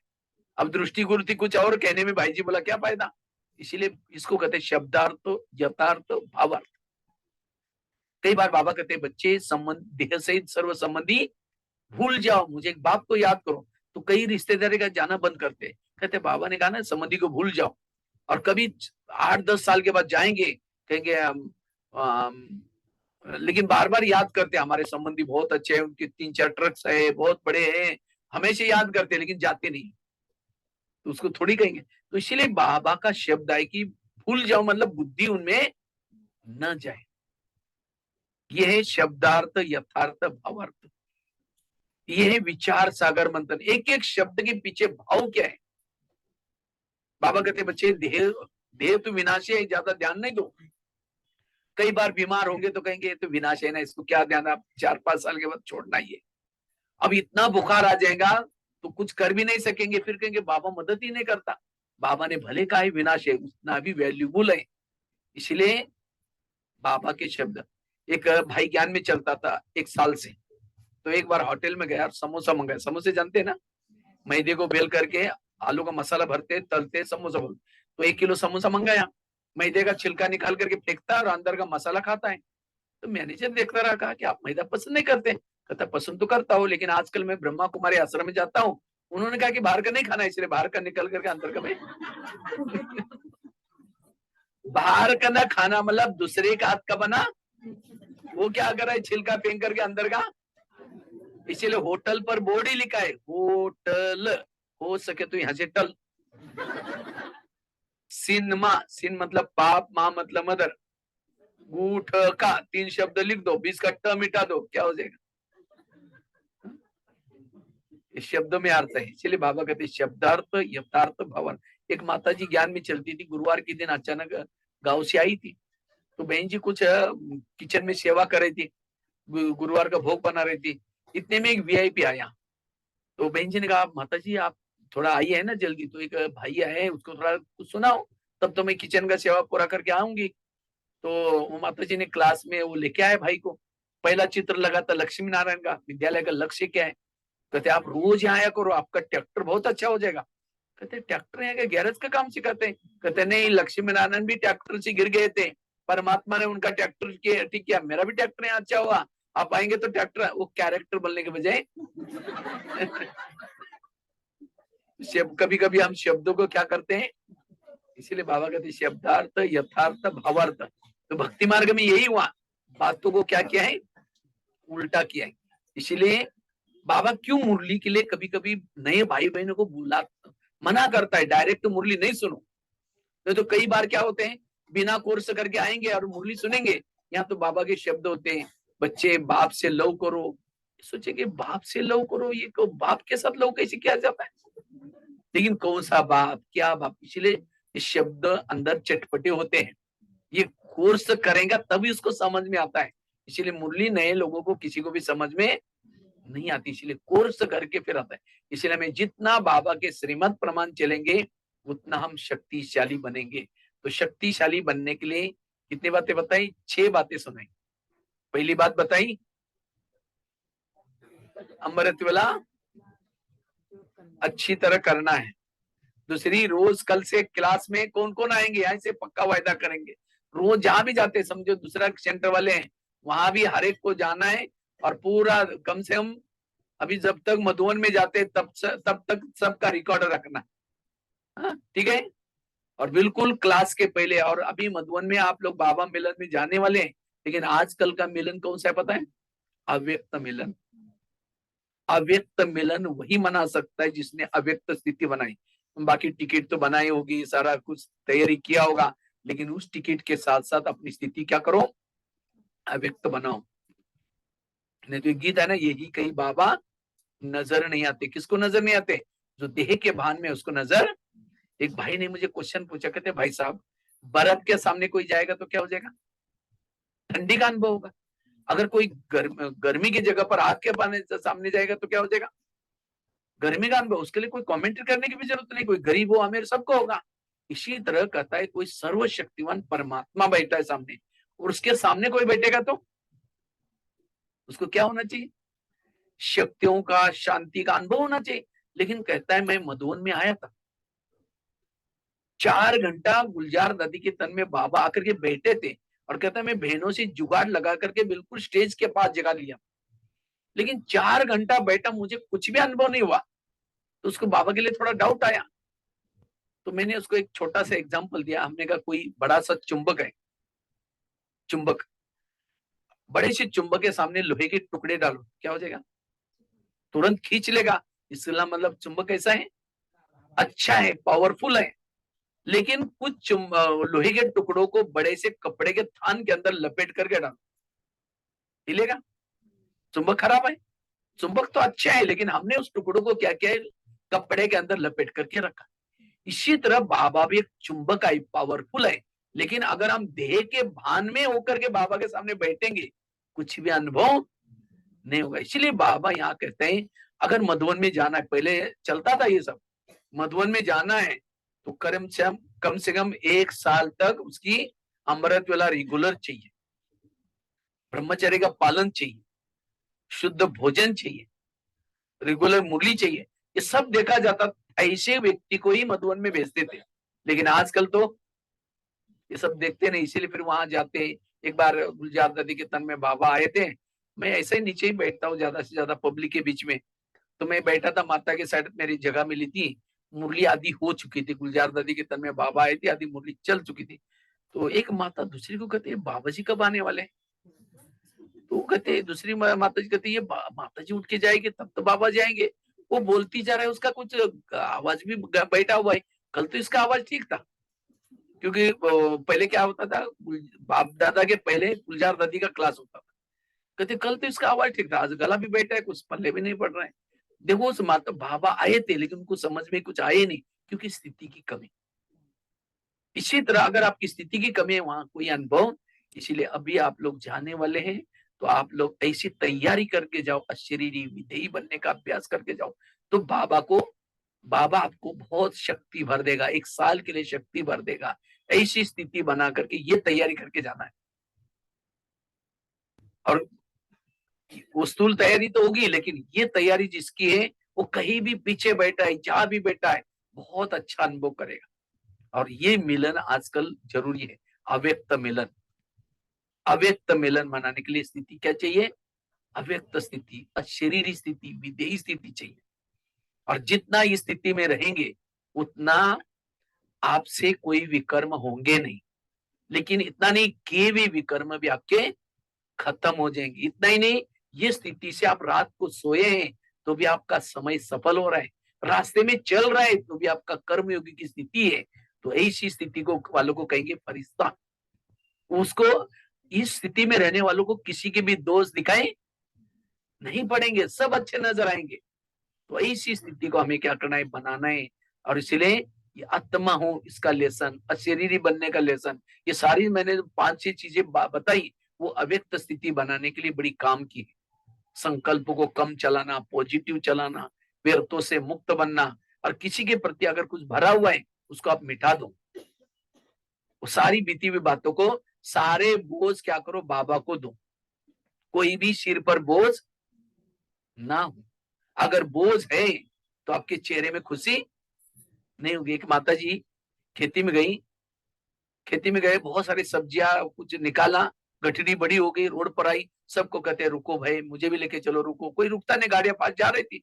तो एक कार वालों को दया आई, बेचारी बुढ़िया है, इतनी बड़ी गठरी है, उसने रोक करके क्या किया, उसको बिठा दिया। गाड़ी खाली थी, चल पड़ा। अचानक उस ड्राइवर को याद आया, मैंने उसको पूछा ही नहीं कि कहाँ उतरना है। तो गाड़ी को स्लो करके पीछे मुड़कर कहा, माता जी आपको कहाँ उतरना है? तो पीछे मुड़कर देखा, पीछे मुड़कर देखा उसकी गठरी कहाँ है? सिर पर है। कहा कि माता जी आप सीट पर रखो ना इतना। कहते नहीं बेटा, तुमने मुझे गाड़ी में बिठाने की मेहरबानी की, इसीलिए मैंने सोचा तुम्हारी गाड़ी को बोझ क्यों, इसीलिए मैंने बोझ क्या रखा है? उस सीट पर रखे, सिर पर रखे। बोझ किसको है? गाड़ी को है। इसी तरह बाबा का बनने के बाद फिर भी हम बच्चों के बोझ, घरों के बोझ, बातों के बोझ ये लेके घूमेंगे तो बाबा को कैसा लगेगा? जैसे जब यात्रा करके आते हैं लंबी, तो स्टेशन पर कुली मिलता है, कुली क्या कहता है? ये भी दे दो, ये भी दे दो, सारा दे दो, हल्के होके चलो। इसी तरह 84 जन्म की यात्रा हम करके आए, बड़े थक के आए, तो बाबा अब हमें कुली के रूप में मिला है। कहता है सारे बोझ तुम मुझे दे दो और तुम हल्का होके चलो। लेकिन हम इतने कंजूस होते हैं, लगता है कुली कहीं भाग ना जाए, इसीलिए कुछ ना कुछ रख देते अपने पास। इसीलिए सारे बोझ बाबा को दो और सदा बाबा की याद में रहो, पॉजिटिव रहो। दादी प्रकाशमणि बड़ी खुश रहती थी। तो दादी को किसी ने पूछा, दादी जी आप इतना खुश क्यों रहते हैं? तो दादी ने कहा, मैं रात को जब भी सोती हूँ बाबा के पास जाती हूँ, बाबा के रूम में जाती हूँ, बाबा को, बाबा ये मधुवन तेरा, ज्ञान सरोवर तेरा, शांतिवन तेरा, सारी झोन तेरी, सारी बहनें तेरी, मैं खुद भी तेरी, तुम भी जाने, तुम्हारा काम जाने। इसी तरह हमें भी रात को सोते समय क्या करना है? बाबा के पास जाकर के, बाबा ये बच्चे तेरे, दुकान तेरा, खेती तेरी, मैं खुद भी तेरी, तुम जाने ट्रस्टी बनो, गृहस्थी कभी। वैसे तो हम सभी कहाँ के, मधुवन निवासी है, कहाँ के, तो यहाँ क्यों आए, यहाँ सेवा करने के लिए। घर में नहीं रहते, ये घर नहीं लेकिन सेवा केंद्र है। उस पति के साथ इस क्लब का आपका बहुत हिसाब किताब है, उस हिसाब को चुकता करने के लिए आप आए। बाकी मेरा कोई रिश्ता नहीं है। मुझे यहाँ लोगों का ज्ञान सुना करके ये सेवा बाबा ने दिए, ये समझ करके चलो तो बिल्कुल हल्के रह जाएंगे। मेरा कुछ भी नहीं, मेरा एक बाबा और मुझे इनकी सेवा करना है। अगर कोई तंग भी करता है तो क्या कहो, हम क्या करते, बाबा मेरा बच्चा, कहेगा तुम्हारा है ना, तुम जाने, तुम्हारा काम जाने। कहो कि बाबा जिस बच्चे की सेवा करने के लिए मुझे भेजा है, थोड़ा आजकल मानता नहीं, तो फिर बाबा देख लेगा। हम कहते हैं मेरा बच्चा है, वो कहेगा तुम्हारा है, तुम देख ले। इसलिए बिल्कुल हल्के होकर के रहना है और ट्रस्टी बन करके रहना है, तब हमारी फरिश्ता स्थिति। क्योंकि फरिश्ता बने बिना देवता नहीं बन सकते। तो फरिश्ता मतलब हमें कोई पंख नहीं आने वाले। फरिश्ता अर्थात सदा हल्का। जो भी आपको ड्यूटी मिली है, ड्यूटी को कैसे करना है, हल्का होकर के करना है। कोई भी प्रकार का बोझ, जो भी आपको काम मिला है उसको हल्का बन करके करो। और वही कर सकता है जो संकल्पों को कम चलाता है। और जो ये 4-5 बातें बताए, वो जितना उसके पर चलेगा उतना उसकी परिस्थिति। क्योंकि ब्रह्मा कुमारी से एक बहुत बड़ी यूनिवर्सिटी है। फरिश्ता हमारी डिग्री है, देवता हमारी नौकरी। हमें नौकरी किसको मिलेगी, जो फरिश्ता बनेगा। इसलिए 6 बातें आप ये करेंगे और रोज दरबार भी लगाएंगे और साथ में शिकार भी करेंगे। बहुत सारी बातें सुनाई, और अपने शिकार को पकड़ करके लाएंगे और नारियल को भी तोड़ेंगे, रोज का दरबार भी लगाएंगे और पर चिंतन कभी, पीछे का थैला कभी। मैं सुधा बहुत सारी एग्जाम्पल दिए, मैंने छोटे छोटे एग्जाम्पल दिए, हर टॉपिक में कितने सारे एग्जाम्पल दिए। अगर इस एग्जाम्पल को भी याद रखेंगे, आज का क्लास कभी नहीं भूलेगा। ठीक है, ओम शांति।